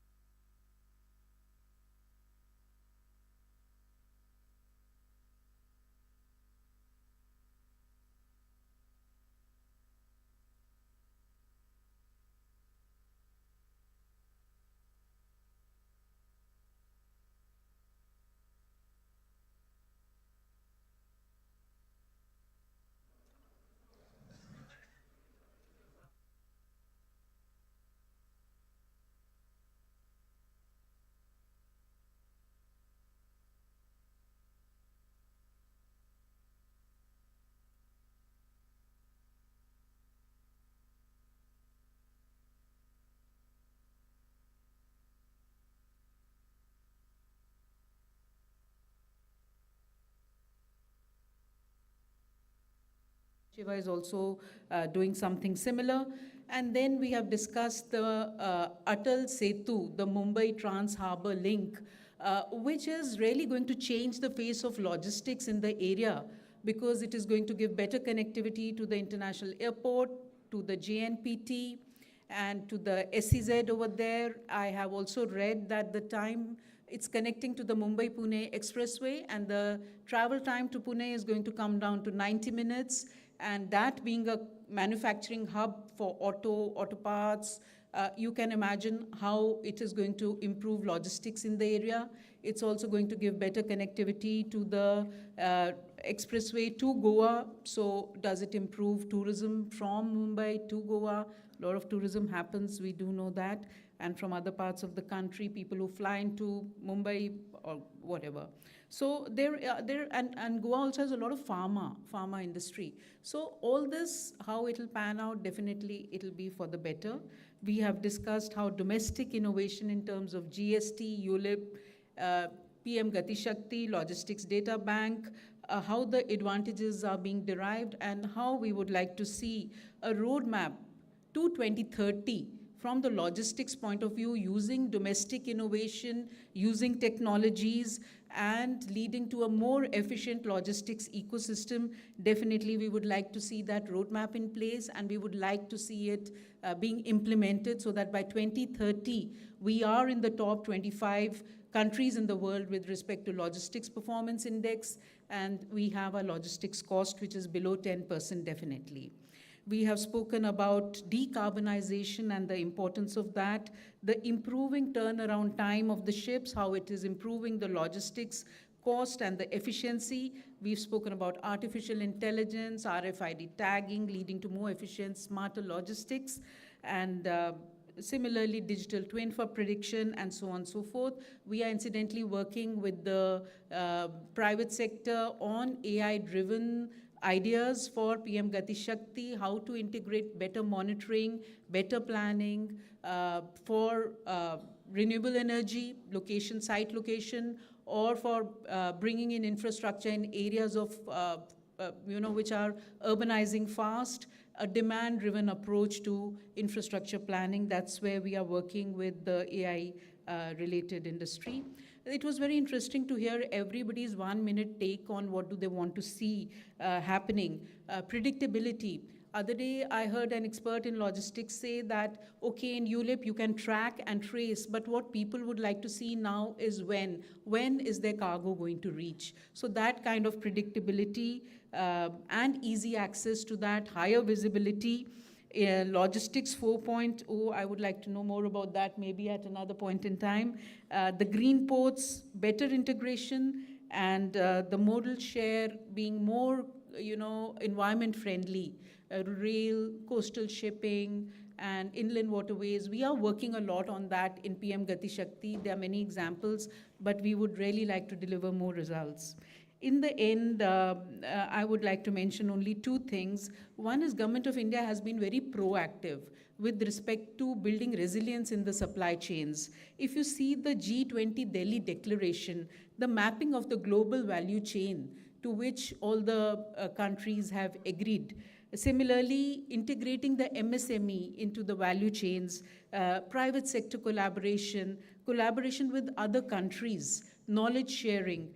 This is very important when we want to have some flexibility. If there is a supply chain shock, we would like to have an alternative source which is which minimizes the disruption. We would like to have alternative routes if possible.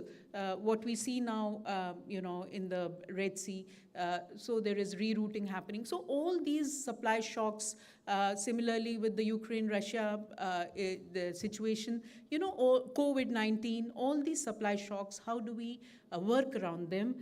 For that, we have several arrangements. For instance, the IPEF, the Indo-Pacific Economic Forum for Prosperity, which was agreed to in November 2023, 14 countries, US-led, which is going to look at resilience in the supply chain, sustainability, and I'm sure it will make use of the global value chain mapping, which we spoke about under G20. Then in our immediate neighborhood, the SASAC, the South Asia Sub-Regional Economic Cooperation, having better infrastructure, standardization and harmonization of logistics-related processes for seamless movement in the region, for better logistics and more resilient supply chains. Also associated with the supply chains is investments, where a lot of domestic initiatives have been taken to have more manufacturing within the country, attract more manufacturing, integrating the supply chains, and being more Atmanirbhar, whether it is the PLI, the production-linked incentive under electronics, and you see that happening. We are getting historic results in terms of the exports we are doing of electronic items, and we are having progressive integration. Similarly, the PLI in the different sectors, whether it be in steel or in pharma or in medical devices. The Make in India initiative, the FTAs we are doing, the FTA, for example, we have done with UAE, which was also mentioned in the morning. How are we using these FTAs to integrate our supply chains with each other and also build more reliable supply chains? There's a lot which is happening in the industrial corridors and the Sagar Mala, Bharat Mala, building of infrastructure. All these different strands are aimed at building supply chains which are more resilient, which contribute to Make in India and Make in India for the world with an efficient logistics cost. At the very end, I was not asked what I would like to say in 1 minute, so I'm going to take the opportunity. I would like to see a demand-driven planning of infrastructure on the PM Gati Shakti happening very soon in the near future, and I would like that to be complemented by standardization and harmonization of logistics-related regulations and processes across regions. Somebody asked about India, Middle East, Europe corridor. That is going to have standardization and harmonization of processes as a very important integral part. Similarly, SASEC for our regional integration. So these are the few things I wanted to just consolidate and put before us all as we end this session. And thank you to Shailesh for putting it together in such an interesting manner. It was very interesting. Thank you very much to the dignitaries for sharing the expertise and the knowledge and leaving us richer in terms of our perspectives. Thank you so much. Thank you, Sumita ji. I just want to say two things. One is, I always ask people, all of you have heard of ROTI, R-O-T-I, return on time invested. How many people think that they got return on time invested in this session? Well done, panel. And the second thing is, I want to figure out logistics to get to Lakshadweep.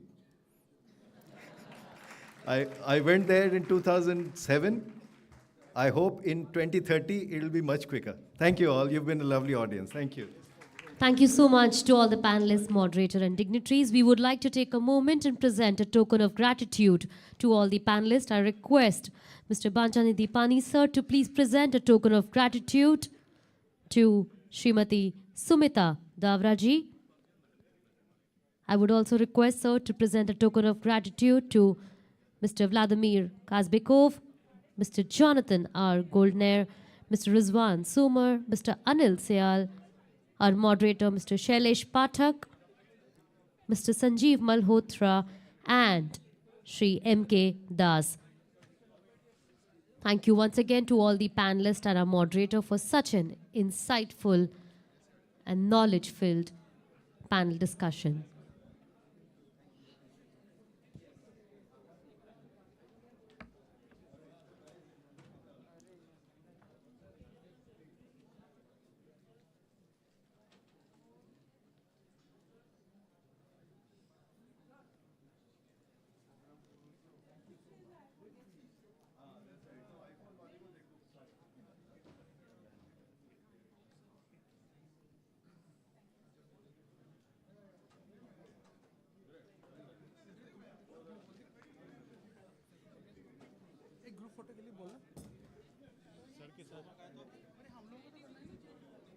I request all the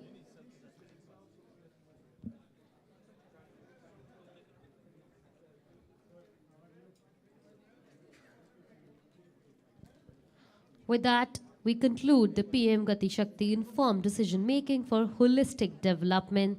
Thank you everybody who joined us in the audience today for being such an integral part of the gathering. A special word of appreciation to the organizing committee, our volunteers, and everyone behind the scene who worked tirelessly to make this event a successful. We all carry the spirit of collaboration, innovation, and determination. A request to all the team members of GIDB to please join us for a group picture on stage.